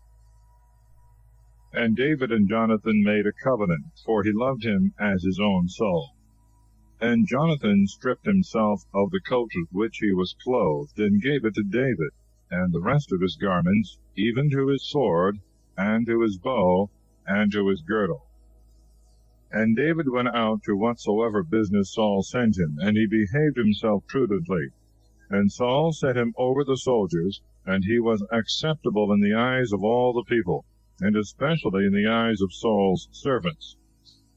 Now when David returned after he slew the Philistine, the women came out of all the cities of Israel, singing and dancing, to meet King Saul with timbrels of joy and cornets. And the women sung as they played, and they said, Saul slew his thousands, and David his 10,000s. And Saul was exceeding angry, and this word was displeasing in his eyes. And he said, They have given David 10,000s, and to me have given but 1,000. What can he have more but the kingdom? And Saul did not look on David with a good eye from that day and forward. And the day after, the evil spirit from God came upon Saul, and he prophesied in the midst of his house. And David played with his hand as at other times. And Saul held a spear in his hand, and threw it, thinking to nail David to the wall. And David stepped aside out of his presence twice. And Saul feared David, because the Lord was with him, and was departed from himself. Therefore Saul removed him from him, and made him a captain over 1,000 men. And he went out, and came in before the people. And David behaved wisely in all his ways, and the Lord was with him. And Saul saw that he was exceeding prudent, and began to beware of him. But all Israel and Judah loved David, for he came in and went out before them. And Saul said to David, Behold my elder daughter Merab, her will I give thee to wife. Only be a valiant man, and fight the battles of the Lord. Now Saul said within himself, Let not my hand be upon him, but let the hands of the Philistines be upon him. And David said to Saul, Who am I, or what is my life, or my father's family in Israel, that I should be son-in-law of the king? And it came to pass at the time when Merab, the daughter of Saul, should have been given to David, that she was given to Hadriel, the Molathite, to wife. But Michal, the other daughter of Saul, loved David, and it was told Saul, and it pleased him. And Saul said, I will give her to him, that she may be a stumbling block to him, and that the hand of the Philistines may be upon him. And Saul said to David, In 2 things thou shalt be my son-in-law this day. And Saul commanded his servants to speak to David privately, saying, Behold, thou pleasest the king, and all his servants love thee. Now therefore be the king's son-in-law. And the servants of Saul spoke all these words in the ears of David. And David said, Doth it seem to you a small matter to be the king's son-in-law? But I am a poor man, and of small ability. And the servants of Saul told him, saying, Such words as these hath David spoken. And Saul said, Speak thus to David, The king desireth not any dowry, but only 100 foreskins of the Philistines, to be avenged of the king's enemies. Now Saul thought to deliver David into the hands of the Philistines. When his servants had told David the words that Saul had said, the word was pleasing in the eyes of David to be the king's son-in-law. And after a few days David rose up, and went with the men that were under him, and he slew of the Philistines 200 men, and brought their foreskins, and numbered them out to the king, that he might be his son-in-law. Saul therefore gave him Michal, his daughter, to wife. And Saul saw and understood that the Lord was with David, and Michal the daughter of Saul loved him. And Saul began to fear David more, and Saul became David's enemy continually. And the princes of the Philistines went forth, and from the beginning of their going forth David behaved himself more wisely than all the servants of Saul, and his name became very famous. Chapter 19. Other attempts of Saul upon David's life. He cometh to Samuel. Saul's messengers and Saul himself prophesy. And Saul spoke to Jonathan his son, and to all his servants, that they should kill David. But Jonathan the son of Saul loved David exceedingly. And Jonathan told David, saying, Saul my father seeketh to kill thee. Wherefore look to thyself, I beseech thee, in the morning, and thou shalt abide in a secret place, and shalt be hid. And I will go out and stand beside my father in the field where thou art, that I will speak of thee to my father, and whatsoever I shall see I will tell thee. And Jonathan spoke good things of David to Saul his father, and said to him, Sin not, O king, against thy servant David, because he hath not sinned against thee, and his works are very good towards thee. And he put his life in his hand, and slew the Philistine, and the Lord wrought great salvation for all Israel. Thou sawest it, and didst rejoice. Why therefore wilt thou sin against innocent blood by killing David, who is without fault? And when Saul heard this, he was appeased with the words of Jonathan, and swore, As the Lord liveth, he shall not be slain. Then Jonathan called David, and told him all these words. And Jonathan brought in David to Saul, and he was before him, as he had been yesterday and the day before. And the war began again, and David went out and fought against the Philistines, and defeated them with a great slaughter, and they fled from his face. And the evil spirit from the Lord came upon Saul as he sat in his house, and held a spear in his hand, and David played with his hand. And Saul endeavored to nail David to the wall with his spear, and David slipped away out of the presence of Saul, and the spear missed him, and was fastened in the wall, and David fled, and escaped that night. Saul therefore sent his guards to David's house to watch him, that he might be killed in the morning. And when Michal, David's wife, had told him this, saying, Unless thou save thyself this night, tomorrow thou wilt die, she let him down through a window, and he went and fled away and escaped. And Michal took an image, and laid it on the bed, and put a goat's skin with the hair at the head of it, and covered it with clothes. And Saul sent officers to seize David, and it was answered that he was sick. And again Saul sent to see David, saying, Bring him to me in the bed, that he may be slain. And when the messengers were come in, they found an image upon the bed, and a goat's skin at its head. And Saul said to Michal, Why hast thou deceived me so, and let my enemy go and flee away? And Michal answered Saul, Because he said to me, Let me go, or else I will kill thee. But David fled and escaped, and came to Samuel in Ramah, and told him all that Saul had done to him. And he and Samuel went and dwelt in Najoth. And it was told Saul by some, saying, Behold, David is in Najoth in Ramah. So Saul sent officers to take David. And when they saw a company of prophets prophesying, and Samuel presiding over them, the Spirit of the Lord came also upon them, and they likewise began to prophesy. And when this was told Saul, he sent other messengers, but they also prophesied.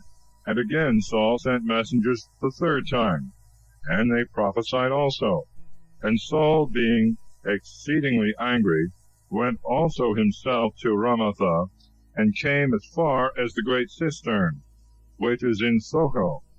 And he asked and said, In what place are Samuel and David? And it was told him, Behold, they are in Najoth in Ramah. And he went to Najoth in Ramah, and the Spirit of the Lord came upon him also. And he went on and prophesied till he came to Najoth in Ramah. And he stripped himself also of his garments, and prophesied with the rest before Samuel, and lay down naked all that day and night. This gave occasion to a proverb. What? Is Saul too among the prophets? Chapter 20. Saul being obstinately bent upon killing David, he is sent away by Jonathan. But David fled from Najoth, which is in Ramathah, and came and said to Jonathan, What have I done? What is my iniquity? And what is my sin against thy father, that he seeketh my life? And he said to him, God forbid thou shalt not die, for my father will do nothing great or little without first telling me. Hath then my father hid this word only from me? No, this shall not be. And he swore again to David. And David said, Thy father certainly knoweth that I have found grace in thy sight, and he will say, Let not Jonathan know this, lest he be grieved. But truly as the Lord liveth, and thy soul liveth, there is but one step, as I may say, between me and death. And Jonathan said to David, Whatsoever thy soul shall say to me, I will do for thee. And David said to Jonathan, Behold, tomorrow is the new moon, and I, according to custom, am wont to sit beside the king to eat.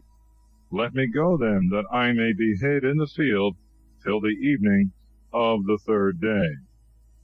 If thy father look and inquire for me, thou shalt answer him, David asked me that he might run to Bethlehem, his own city, because there are solemn sacrifices there for all his tribe. If he shall say, It is well, thy servant shall have peace. But if he be angry, know that his malice is come to its height. Deal mercifully then with thy servant, for thou hast brought me thy servant into a covenant of the Lord with thee. But if there be any iniquity in me, do thou kill me, and bring me not in to thy father.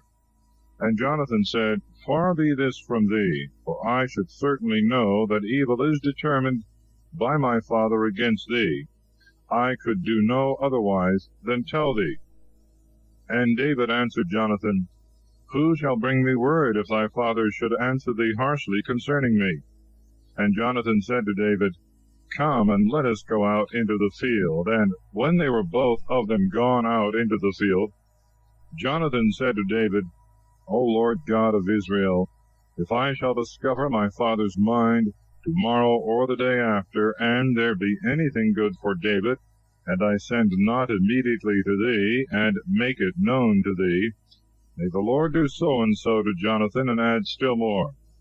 But if my father shall continue in malice against thee, I will discover it to thy ear, and will send thee away, that thou mayest go in peace, and the Lord be with thee, as he hath been with my father. And if I live, thou shalt show me the kindness of the Lord. But if I die, thou shalt not take away thy kindness from my house forever. And the Lord shall have rooted out the enemies of David, every one of them from the earth. May he take away Jonathan from his house, and may the Lord require it at the hands of David's enemies. Jonathan therefore made a covenant with the house of David, and the Lord required it at the hands of David's enemies. And Jonathan swore again to David because he loved him, for he loved him as his own soul. And Jonathan said to him, Tomorrow is the new moon, and thou wilt be missed, for thy seat will be empty till after tomorrow. So thou shalt go down quickly, and come to the place where thou must be hid on the day when it is lawful to work. Thou shalt remain beside the stone which is called Ezel. And I will shoot 3 arrows near it, and will shoot as if I were exercising myself at a mark. And I will send a boy, saying to him, Go and fetch me the arrows. If I shall say to the boy, Behold, the arrows are on this side of thee, take them up. Come thou to me, because there is peace to thee, and there is no evil, as the Lord liveth. But if I shall speak thus to the boy, Behold, the arrows are beyond thee, go in peace, for the Lord hath sent thee away. And concerning the word which I and thou have spoken, the Lord be between thee and me forever. So David was hid in the field, and the new moon came, and the king sat down to eat bread. And when the king sat down upon his chair, according to custom, which was beside the wall, Jonathan arose, and Abner sat by Saul's side, and David's place appeared empty. And Saul said nothing that day, for he thought it might have happened to him that he was not clean nor purified. And when the second day after the new moon was come, David's place appeared empty again. And Saul said to Jonathan his son, Why cometh not the son of Isai to meet neither yesterday nor today? Jonathan answered Saul, He asked leave of me earnestly to go to Bethlehem, and he said, Let me go, for there is a solemn sacrifice in the city. One of my brethren hath sent for me. Now if I have found favor in thy eyes, I will go quickly and see my brethren. For this cause he came not to the king's table. Then Saul, being angry against Jonathan, said to him, Thou son of a woman that is the ravisher of a man, do I not know that thou lovest the son of Isai to thy own confusion, and to the confusion of thy shameless mother? For as long as the son of Isai liveth upon earth, thou shalt not be established, nor thy kingdom. Therefore now presently send and fetch him to me, for he is the son of death. And Jonathan answering Saul his father said, Why shall he die? What hath he done? And Saul caught up a spear to strike him, and Jonathan understood that it was determined by his father to kill David. So Jonathan rose from the table in great anger, and did not eat bread on the second day after the new moon. For he was grieved for David, because his father had put him to confusion. And when the morning came, Jonathan went into the field according to the appointment with David, and a little boy with him. And he said to his boy, Go and fetch me the arrows which I shoot. And when the boy ran, he shot another arrow beyond the boy. The boy therefore came to the place of the arrow which Jonathan had shot. And Jonathan cried after the boy, and said, Behold, the arrow is there further beyond thee. And Jonathan cried again after the boy, saying, Make haste speedily, stand not. And Jonathan's boy gathered up the arrows, and brought them to his master. And he knew not at all what was doing, for only Jonathan and David knew the matter. Jonathan therefore gave his arms to the boy, and said to him, Go and carry them into the city. And when the boy was gone, David rose out of his place, which was towards the south, falling on his face to the ground, adored thrice, and kissing one another, they wept together, but David more. And Jonathan said to David, Go in peace, and let all stand. We have sworn both of us in the name of the Lord, saying, The Lord be between me and thee, and between my seed and thy seed forever. And David arose and departed, and Jonathan went into the city. Chapter 21. David receiveth holy bread of Achimelech the priest, and feigneth himself mad before Achaz, king of Gath. And David came to Nobi to Achimelech the priest, and Achimelech was astonished at David's coming. And he said to him, Why art thou alone, and no man with thee? And David said to Achimelech the priest, The king hath commanded me a business, and said, Let no man know the thing for which thou art sent by me, and what manner of commands I have given thee. And I have appointed my servants to such and such a place. Now therefore, if thou have anything at hand, though it were but 5 loaves, give me, or whatsoever thou canst find. And the priest answered David, saying, I have no common bread at hand, but only holy bread, if the young men be clean, especially from women. And David answered the priest, and said to him, Truly, as to what concerneth women, we have refrained ourselves from yesterday and the day before, when we came out, the vessels of the young men were holy. Now this way is defiled, but it shall also be sanctified this day in the vessels. The priest therefore gave him hallowed bread, for there was no bread there, but only the loaves of proposition, which had been taken away from before the face of the Lord, that hot loaves might be set up. Now a certain man of the servants of Saul was there that day within the tabernacle of the Lord, and his name was Doeg, an Edomite, the chiefest of Saul's herdsmen. David said to Achimelech, Hast thou here at hand a spear or a sword? For I brought not my own sword, nor my own weapons with me, for the king's business required haste. And the priest said, Lo, here is the sword of Goliath the Philistine, whom thou slewest in the valley of Terebinth, wrapped up in a cloth behind the ephod. If thou wilt take this, take it, for here is no other but this. And David said, There is none like that. Give it me. And David arose and fled that day from the face of Saul. And he came to Achish, the king of Gath. And the servants of Achish, when they saw David, said to him, Is not this David, the king of the land? Did they not sing to him in their dances, saying, Saul hath slain his thousands, and David his 10,000s? But David laid up these words in his heart, and was exceedingly afraid at the face of Achish, the king of Gath. And he changed his countenance before them, and slipped down between their hands. And he stumbled against the doors of the gate, and the spittle ran down upon his beard. And Achish said to his servants, You saw the man was mad. Why have you brought him to me? Have we need of madmen? You have brought in this fellow. Play the madman in my presence. Shall this fellow come into my house? Chapter 22. Many resort to David. Doeg accuseth Achimelech to Saul. He ordereth him and all the other priests of Nobi to be slain. Abiathar escapeth. David therefore went from thence and fled to the cave of Adullam. When his brethren and all his father's house had heard of it, they went down to him thither. And all that were in distress and oppressed with death and under affliction of mind gathered themselves unto him. And he became their prince, and there were with him about 400 men. And David departed from thence into Maphah of Moab. And he said to the king of Moab, Let my father and my mother tarry with you, I beseech thee, till I know what God will do for me.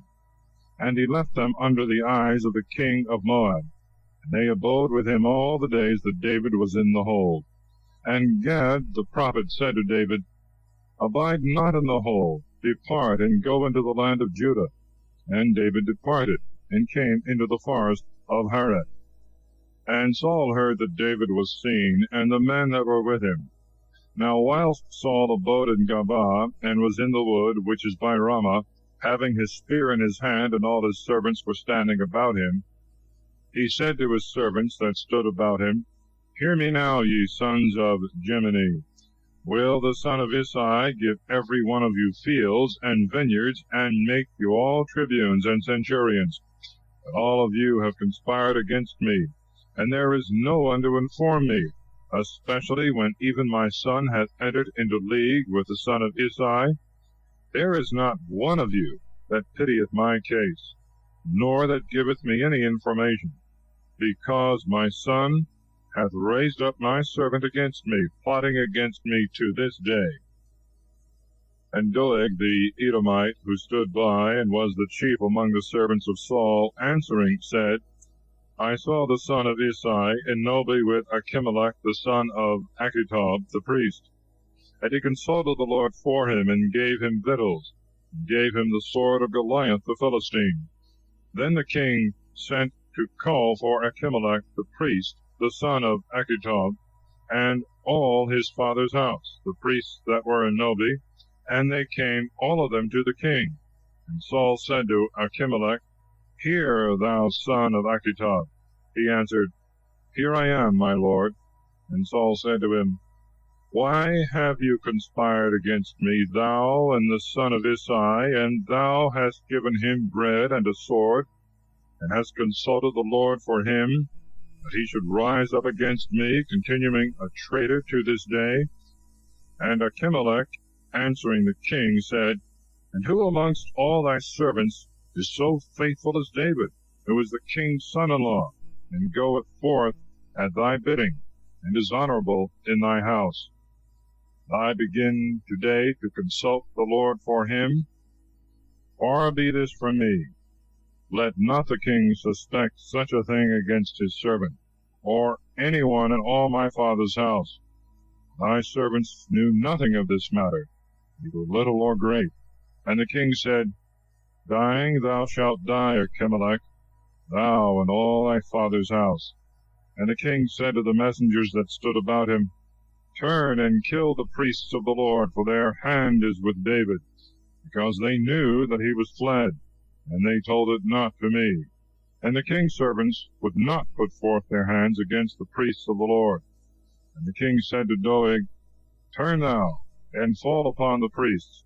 And Doeg the Edomite turned and fell upon the priests, and slew in that day 85 men that wore the linen ephod.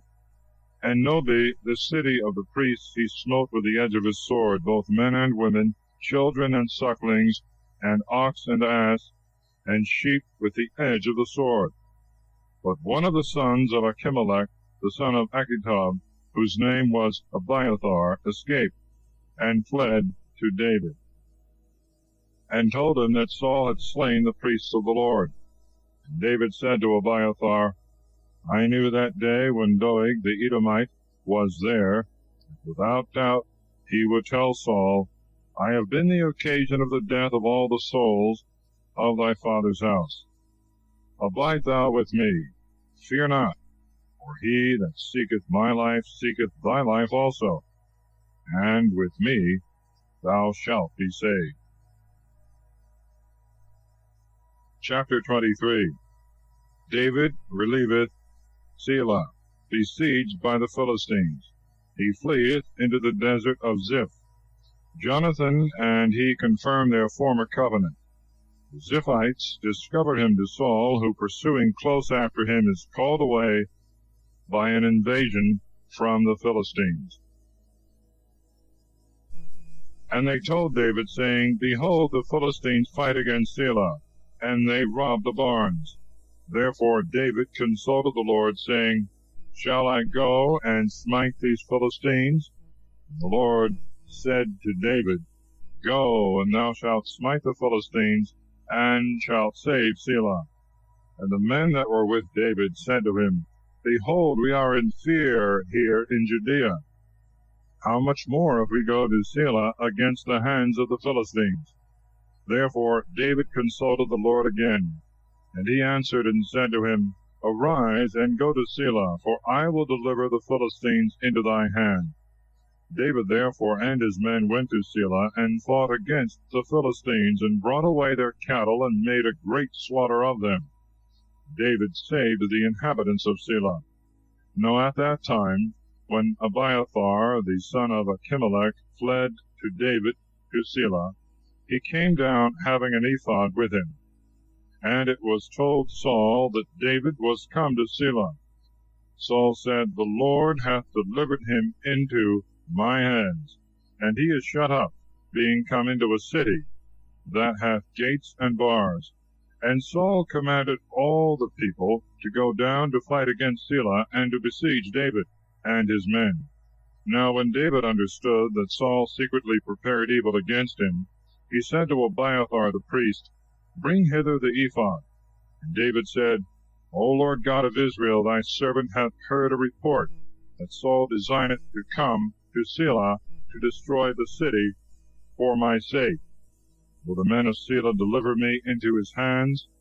And will Saul come down as thy servant hath heard? O Lord God of Israel, tell thy servant. And the Lord said, He will come down. And David said, Will the men of Selah deliver me and my men into the hands of Saul? And the Lord said, They will deliver thee up. Then David and his men, who were about 600, arose, and departing from Selah, wandered up and down, uncertain where they should stay. And it was told Saul that David was fled from Selah, and had escaped. Wherefore he forbore to go out.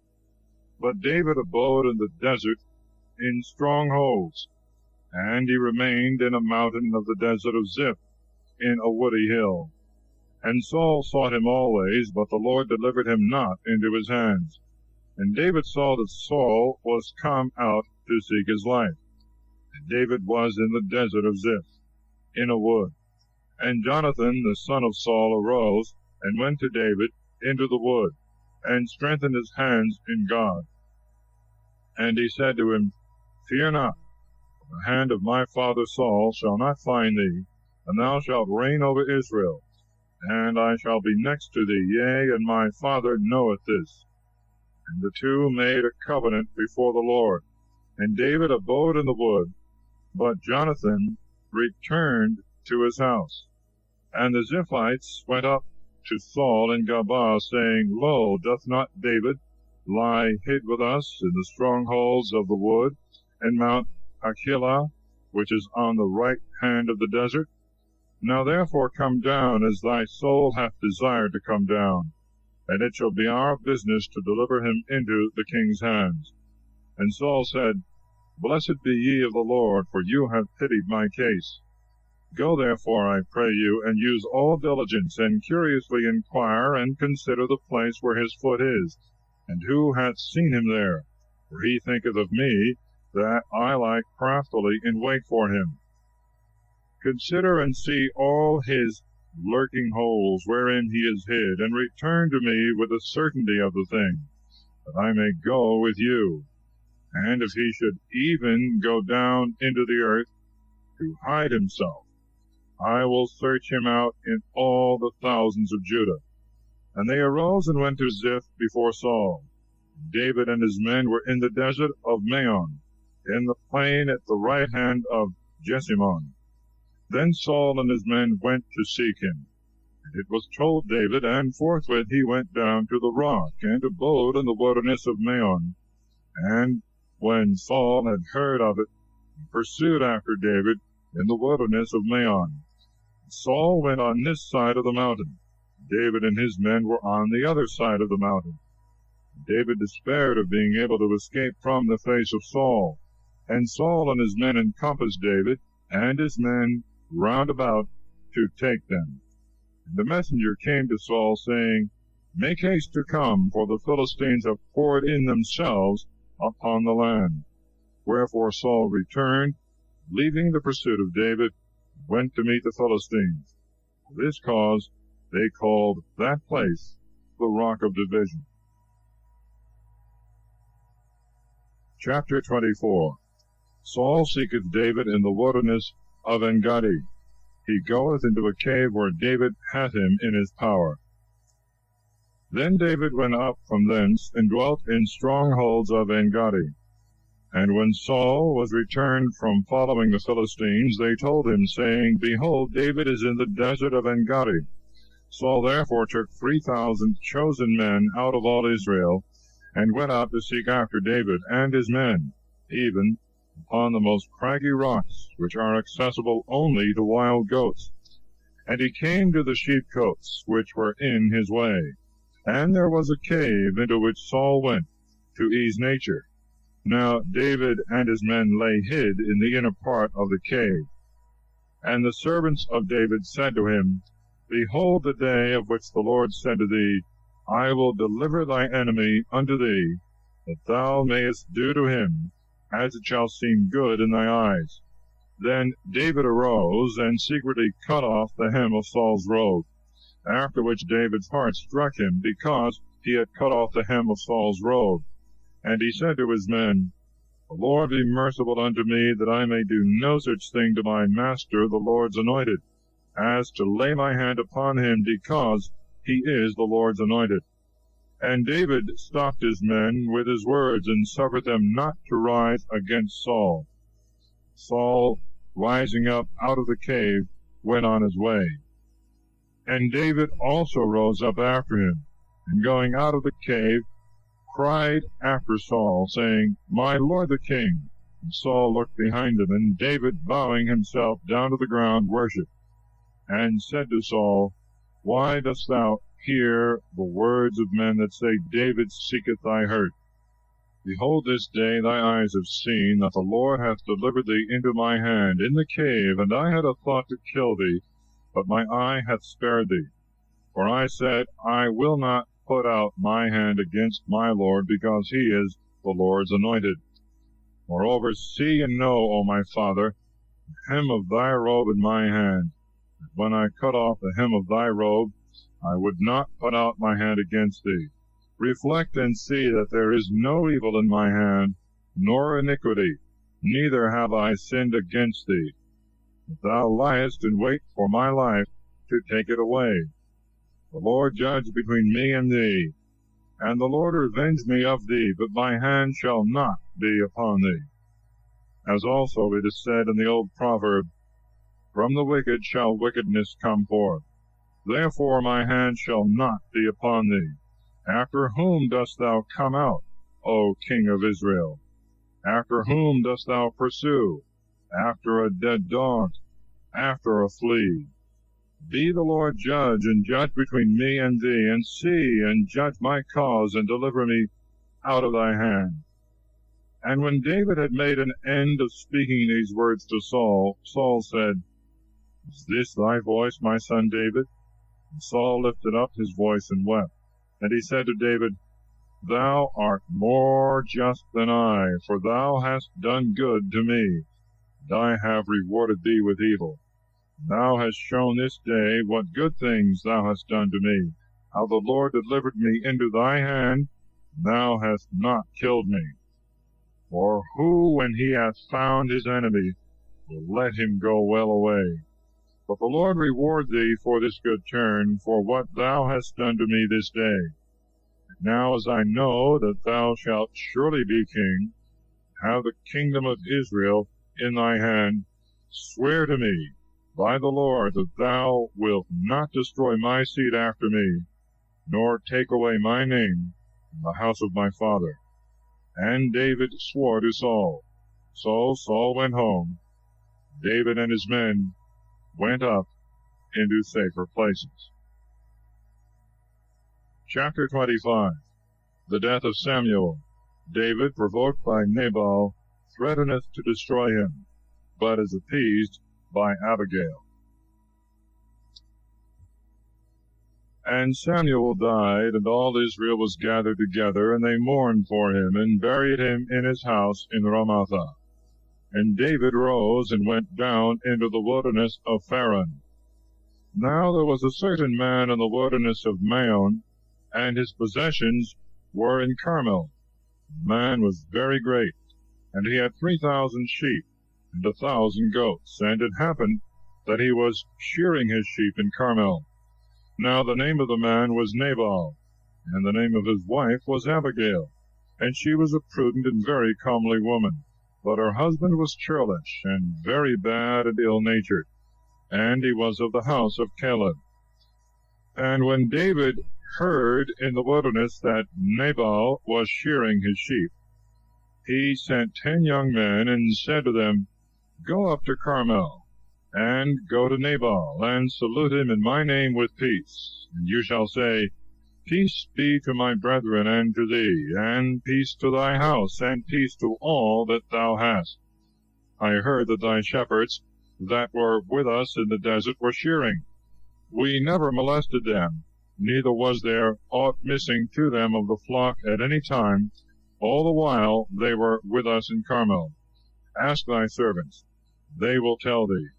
Now therefore let thy servants find favor in thy eyes. We are come in a good day. Whatsoever thy hand shall find, give to thy servants and to thy son David. And when David's servants came, they spoke to Nabal all these words in David's name, and then held their peace. But Nabal, answering the servants of David, said, Who is David? What is the son of Isai? Servants are multiplied nowadays who flee from their masters.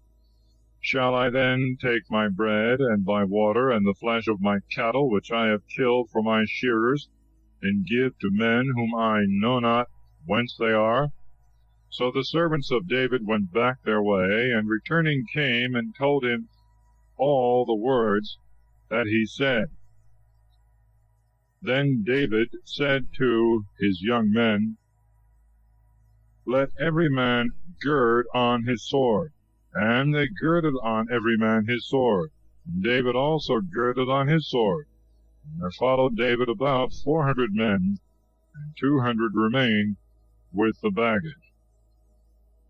But one of the servants told Abigail, the wife of Nabal, saying, Behold, David sent messengers out of the wilderness to salute our master, and he rejected them. These men were very good to us, and gave us no trouble. Neither did we ever lose anything all the time we conversed with them in the desert. They were a wall unto us both by night and day. All the while we were with them, keeping the sheep. Wherefore consider, and think what thou hast to do, for evil is determined against thy husband, and against thy house, and he is a son of Belial, so that no man can speak to him. Then Abigail made haste, and took 200 loaves, and 2 vessels of wine, and 5 sheep ready dressed, 5 measures of parched corn, and 100 clusters of raisins, and 200 cakes of dried figs, and laid them upon asses. And she said to her servants, Go before me, behold, I will follow after you. But she told not her husband Nabal. And when she had gotten upon an ass, and was coming down to the foot of the mountain, David and his men came down over against her, and she met them. And David said, Truly in vain have I kept all that belonged to this man in the wilderness, and nothing was lost of all that pertained unto him, and he hath returned me evil for good. May God do so, and add more to the foes of David, if I leave of all that belonged to him till the morning any that pisseth against the wall. And when Abigail saw David, she made haste, and lighted off the ass, and fell before David on her face, and adored upon the ground. And she fell at his feet, and said, Upon me let this iniquity be, my lord. Let thy handmaid speak, I beseech thee, in thy ears, and hear the words of thy servant. Let not my lord the king, I pray, regard this naughty man Nabal. According to his name he is a fool, and folly is with him. But I thy handmaid did not see thy servants, my lord, whom thou sentest.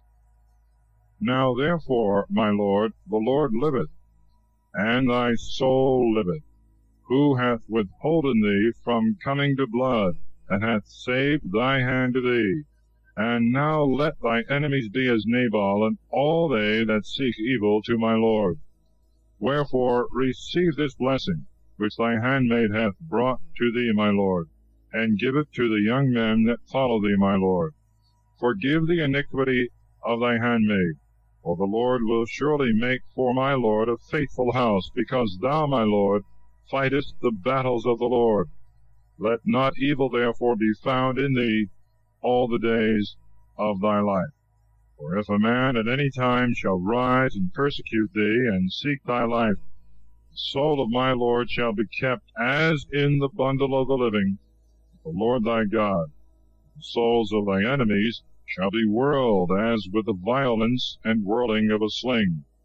And when the Lord shall have done to thee, my Lord, all the good that he hath spoken concerning thee, and shall have made thee prince over Israel, this shall not be an occasion of grief to thee, and a scruple of heart to my Lord. Thou hast shed innocent blood, or hast revenged thyself. And when the Lord shall have done well by my Lord, thou shalt remember thy handmaid. And David said to Abigail, Blessed be the Lord, the God of Israel, who sent thee this day to meet me, and blessed be thy speech. And blessed be thou who hast kept me today from coming to blood, and revenging me with my own hand.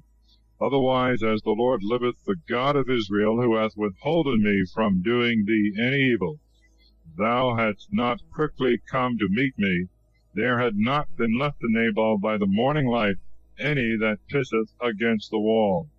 And David received at her hand all that she had brought him, and said to her, Go in peace into thy house. Behold, I have heard thy voice, and have honored thy face. And Abigail came to Nabal, and behold, he had a feast in his house, like the feast of a king. And Nabal's heart was merry, for he was very drunk. and she told him nothing less or more until morning.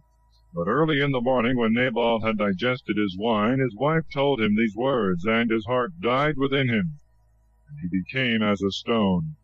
And after 10 days had passed, the Lord struck Nabal, and he died. And when David had heard that Nabal was dead, he said, Blessed be the Lord, who hath judged the cause of my reproach at the hand of Nabal, and hath kept his servant from evil. And the Lord hath returned the wickedness of Nabal upon his head. Then David sent and treated with Abigail, that he might take her to himself for a wife. And David's servants came to Abigail to Carmel, and spoke to her, saying, David hath sent us to thee, to take thee to himself for a wife. And she arose and bowed herself down with her face to the earth, and said, Behold, let thy servant be a handmaid, and wash the feet of the servants of my lord. And Abigail arose and made haste, and got upon an ass, and 5 damsels went with her, her waiting maids, and she followed the messengers of David, and became his wife. Moreover, David took also Achinoam of Jezreel, and they were both of them his wives. But Saul gave Michal his daughter, David's wife, to Phalti, the son of Laius, who was of Galium. Chapter 26. Saul goeth out again after David, who cometh by night, where Saul and his men are asleep, but suffereth him not to be touched. Saul again confesseth his fault, and promiseth peace. And the men of Ziph came to Saul in Gabaa, saying, Behold, David is hid in the hill of Hachilah, which is over against the wilderness. And Saul arose and went down to the wilderness of Ziph, having with him 3,000 chosen men of Israel, to seek David in the wilderness of Ziph. And Saul encamped in Gabaa Hachilah, which was over against the wilderness in the way. And David abode in the wilderness. And seeing that Saul was come after him into the wilderness, he sent spies, and learned that he was most certainly come thither. And David arose secretly, and came to the place where Saul was. And when he had beheld the place wherein Saul slept, and Abner the son of Ner, the captain of his army, and Saul sleeping in a tent, and the rest of the multitude round about him, David spoke to Achimelech the Hittite, and Abishai the son of Sarviah, the brother of Joab, saying, Who will go down with me to Saul into the camp? And Abishai said, I will go with thee. So David and Abishai came to the people by night, and found Saul lying and sleeping in the tent, and his spear fixed in the ground at his head, and Abner and the people sleeping round about him. And Abishai said to David, God hath shut up thy enemy this day into thy hands. Now then, I will run him through with my spear, even to the earth at once, and there shall be no need of a second time. And David said to Abishai, Kill him not, for who shall put forth his hand against the Lord's anointed, and shall be guiltless? And David said, As the Lord liveth, unless the Lord shall strike him, or his day shall come to die, or he shall go down to battle and perish.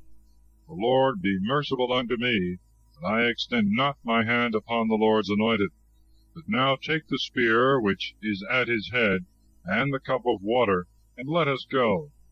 So David took the spear and the cup of water which was at Saul's head, and they went away, and no man saw it, or knew it, or awaked. They were all asleep, for a deep sleep from the Lord was fallen upon them. And when David was gone over to the other side, and stood on the top of the hill afar off, and a good space was between them, David cried to the people, and to Abner the son of Ner, saying, Wilt thou not answer, Abner? And Abner answering said, Who art thou that criest, and disturbest the king? And David said to Abner, Art not thou a man, and who is like thee in Israel? Why then hast thou not kept thy lord the king? For there came one of the people in to kill the king thy lord. This thing is not good that thou hast done. As the Lord liveth, you are the sons of death, who have not kept your master the Lord's anointed. Now where is the king's spear, and the cup of water which was at his head? And Saul knew David's voice, and said, Is this thy voice, my son David? And David said, It is my voice, my lord the king. And he said, Wherefore doth my lord persecute his servant? What have I done? Or what evil is there in my hand? Now therefore hear, I pray thee, my lord the king, the words of thy servant. If the Lord stir thee up against me, let him accept of sacrifice. But if the sons of men, they are cursed in the sight of the Lord, who have cast me out this day, that I should not dwell in the inheritance of the Lord, saying, Go, serve strange gods. And now let not my blood be shed upon the earth before the Lord. For the king of Israel is come out to seek a flea, as the partridge is hunted in the mountains. And Saul said, I have sinned. Return, my son David, for I will no more do thee harm, because my life hath been precious in thy eyes this day. For it appeared that I have done foolishly, and have been ignorant in very many things. And David answering said, Behold the king's spear. Let one of the king's servants come over and fetch it. The Lord will reward every one according to his justice and his faithfulness. For the Lord hath delivered thee this day into my hand, and I would not put forth my hand against the Lord's anointed. And as thy life hath been much set by this day in my eyes, so let my life be much set by in the eyes of the Lord. Let him deliver me from all distress. Then Saul said to David, Blessed art thou, my son David, and truly doing thou shalt do, and prevailing thou shalt prevail. And David went on his way, and Saul returned to his place. Chapter 27. David goeth again to Achish king of Gath, and obtaineth of him the city of Ziklag. And David said in his heart, I shall one day or other fall into the hands of Saul. Is it not better for me to flee, and to be saved in the land of the Philistines, that Saul may despair of me, and cease to seek me in all the coasts of Israel? I will flee then out of his hands. And David arose and went away, both he and the 600 men that were with him, to Achish the son of Maoch, king of Gath. And David dwelt with Achish at Gath, he and his men, every man with his household. And David with his 2 wives, Achinoam the Jezreelitess, and Abigail the wife of Nabal of Carmel. And it was told Saul that David was fled to Gath, and he sought no more after him. And David said to Achish, If I have found favor in thy sight, let a place be given me in one of the cities of this country, that I may dwell there. For why should thy servant dwell in the royal city with thee? Then Achish gave him Ziklag that day, for which reason Ziklag belongeth to the kings of Judah unto this day. And the time that David dwelt in the country of the Philistines was 4 months. And David and his men went up, and pillaged Jeshurun, and Girtzai, and the Amalekites, for these were of old the inhabitants of the countries, as men go to Sur, even to the land of Egypt. And David wasted all the land, and left neither man nor woman alive, and took away the sheep and the oxen, and the asses, and the camels, and the apparel, and returned and came to Achish. And Achish said to him, Whom hast thou gone against today? David answered, Against the south of Judah, and against the south of Jerahmeel, and against the south of Kenai. And David saved neither man nor woman, neither brought he any of them to Gath, saying, Lest they should speak against us. So did David, and such was his proceeding all the days that he dwelt in the country of the Philistines. And Achish believed David, saying, He hath done much harm to his people Israel. Therefore he shall be my servant forever. Chapter 28. the Philistines go out to war against Israel. Saul, being forsaken by God, hath recourse to a witch. Samuel appeareth to him. And it came to pass in those days that the Philistines gathered together their armies to be prepared for war against David. And Achish said to David, Know thou now assuredly that thou shalt go out with me to the war, thou and thy men. And David said to Achish, Now thou shalt know what thy servant will do. And Achish said to David, And I will appoint thee to guard my life forever. Now Samuel was dead, and all Israel mourned for him, and buried him in Ramah his city. And Saul had put away all the magicians and soothsayers out of the land. And the Philistines were gathered together, and came and camped in Sunam. And Saul also gathered together all Israel, and came to Gilboa. And Saul saw the army of the Philistines, and was afraid, and his heart was very much dismayed. And he consulted the Lord, and he answered him not, neither by dreams, nor by priests, nor by prophets. And Saul said to his servants, Seek me a woman that hath a divining spirit, and I will go to her, and inquire by her. And his servants said to him, There is a woman that hath a divining spirit at Endor. Then he disguised himself, and put on other clothes, and he went, and 2 men with him. And they came to the woman by night, and he said to her, Divine to me by thy divining spirit, and bring me up him whom I shall tell thee. And the woman said to him, Behold, thou knowest all that Saul hath done, and how he hath rooted out the magicians and soothsayers from the land. Why then dost thou lay a snare for my life, to cause me to be put to death? And Saul swore unto her by the Lord, saying, As the Lord liveth, there shall no evil happen to thee for this thing. And the woman said to him, Whom shall I bring up to thee? And he said, Bring me up Samuel. And when the woman saw Samuel, she cried out with a loud voice, and said to Saul, Why hast thou deceived me? For thou art Saul. And the king said to her, Fear not. What hast thou seen? And the woman said to Saul, I saw gods ascending out of the earth. And he said to her, What form is he of? And she said, An old man cometh up, and he is covered with a mantle. And Saul understood that it was Samuel, and he bowed himself with his face to the ground, and adored. And Samuel said to Saul, Why hast thou disturbed my rest, that I should be brought up? And Saul said, I am in great distress, for the Philistines fight against me, and God is departed from me, and would not hear me, neither by the hand of prophets, nor by dreams. Therefore I have called thee, that thou mayest show me what I shall do. And Samuel said, Why askest thou me, seeing the Lord has departed from thee, and is going over to thy rival? For the Lord will do to thee as he spoke by me. He will rend thy kingdom out of thy hand, and will give it to thy neighbor David, because thou didst not obey the voice of the Lord, neither didst thou execute the wrath of his indignation upon Amalek. Therefore hath the Lord done to thee what thou sufferest this day. And the Lord also will deliver Israel with thee into the hands of the Philistines, and tomorrow thou and thy sons shall be with me. And the Lord will also deliver the army of Israel into the hands of the Philistines. And forthwith Saul fell all along on the ground.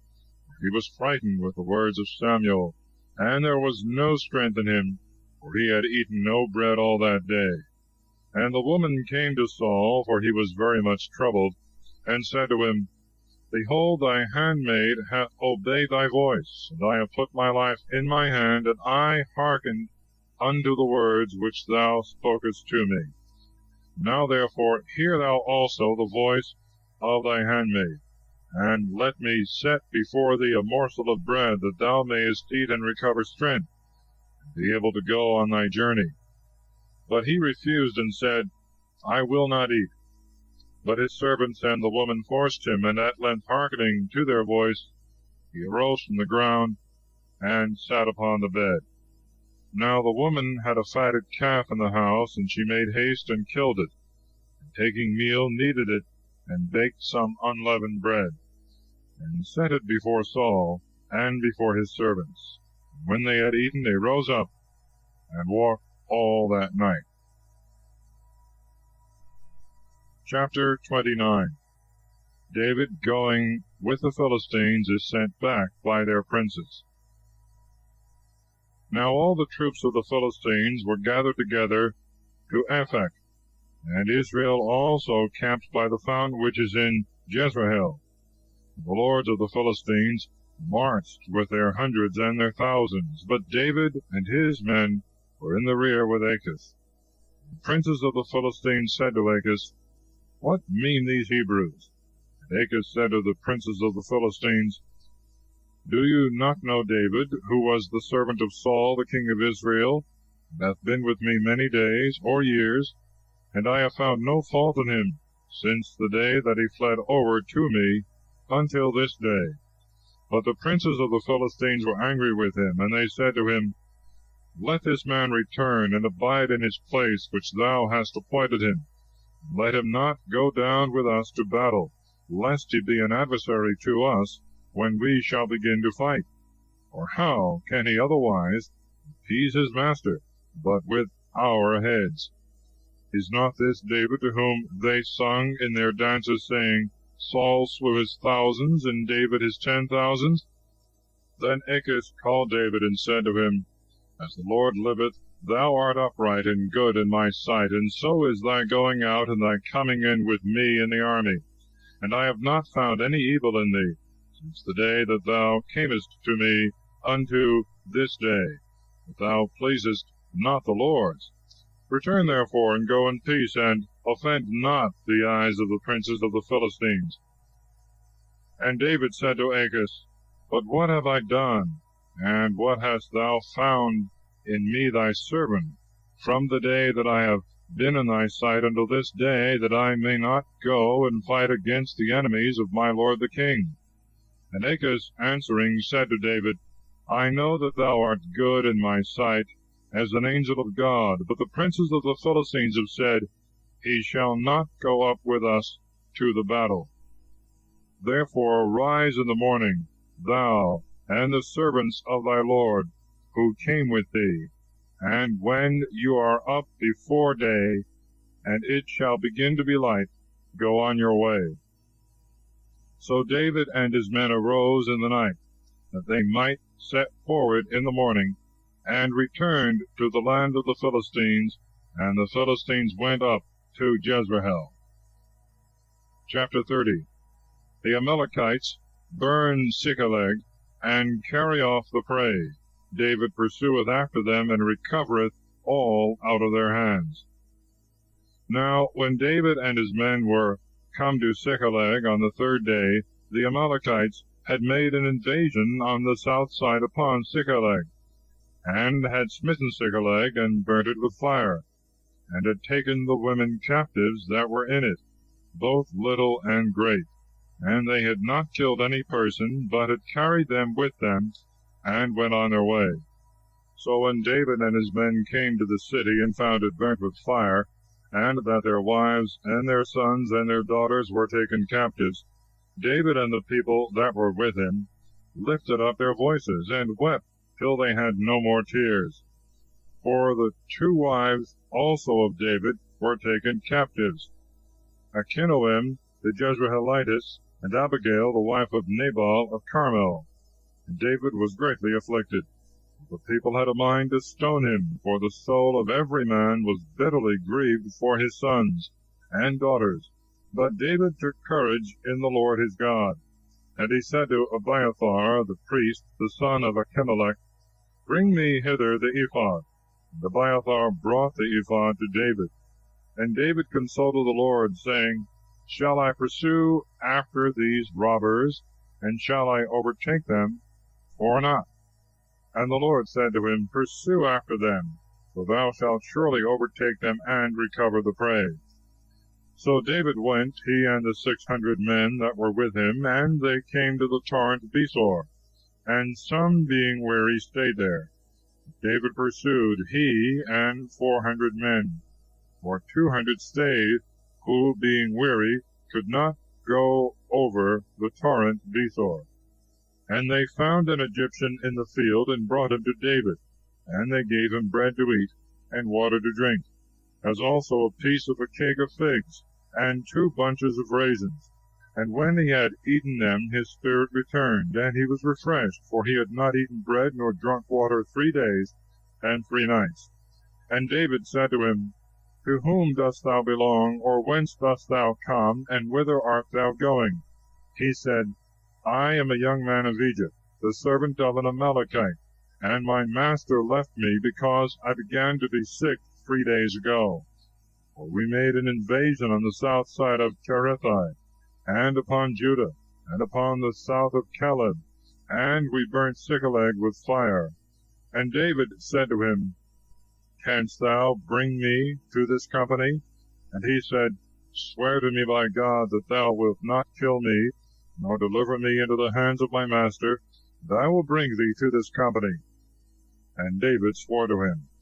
And when he had brought him, behold, they were lying spread upon all the ground, eating and drinking, and, as it were, keeping a festival day, for all the prey and the spoils which they had taken out of the land of the Philistines and out of the land of Judah.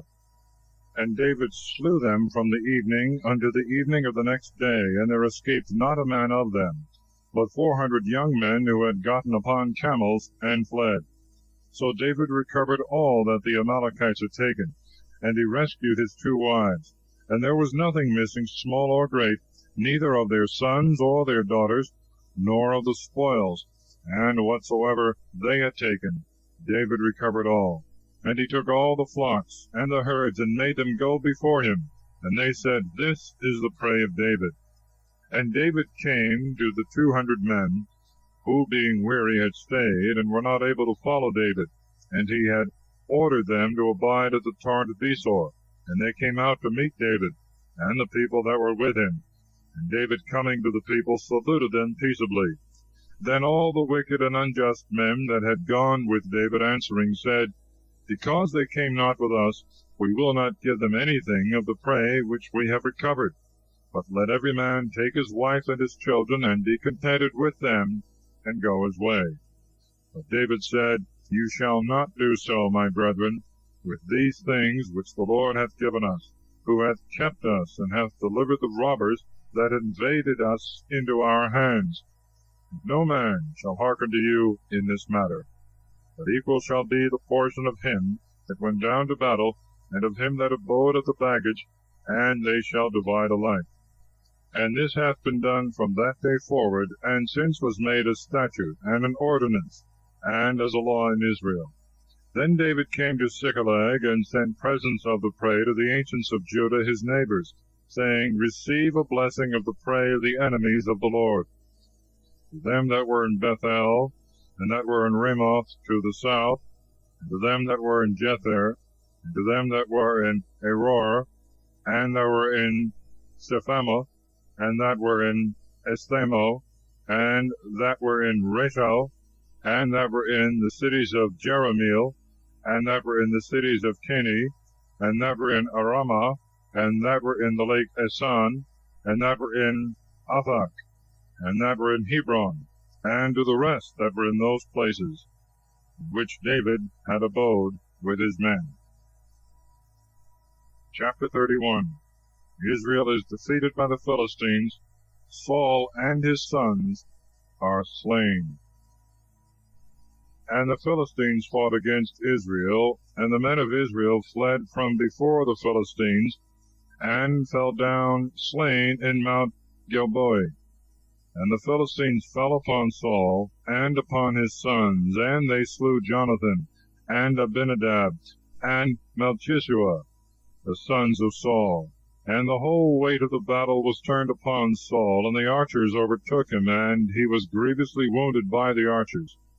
Then Saul said to his armor-bearer, Draw thy sword, and kill me, lest these uncircumcised come, and slay me, and mock at me. And his armor-bearer would not, for he was struck with exceeding great fear. Then Saul took his sword, and fell upon it. And when his armor-bearer saw this, to wit, that Saul was dead, he also fell upon his sword, and died with him. So Saul died, and his 3 sons, and his armor-bearer, and all his men that same day together. And the men of Israel that were beyond the valley and beyond the Jordan, seeing that the Israelites were fled, and that Saul was dead, and his sons, forsook their cities and fled. And the Philistines came and dwelt there. And on the morrow the Philistines came to strip the slain, and they found Saul and his 3 sons lying in Mount Gilboa. And they cut off Saul's head, and stripped him of his armor, and sent into the land of the Philistines round about, to publish it in the temples of their idols, and among their people. And they put his armor in the temple of Ashtaroth, but his body they hung on the wall of Bethsan. Now when the inhabitants of Jabes Galad had heard all that the Philistines had done to Saul, all the most valiant men arose, and walked all the night, and took the body of Saul, and the bodies of his sons, from the wall of Bethsan.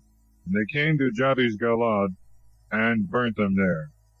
And they took their bones, and buried them in the wood of Jabes, and fasted 7 days. Thus ends the first book of Samuel, otherwise called the first book of Kings.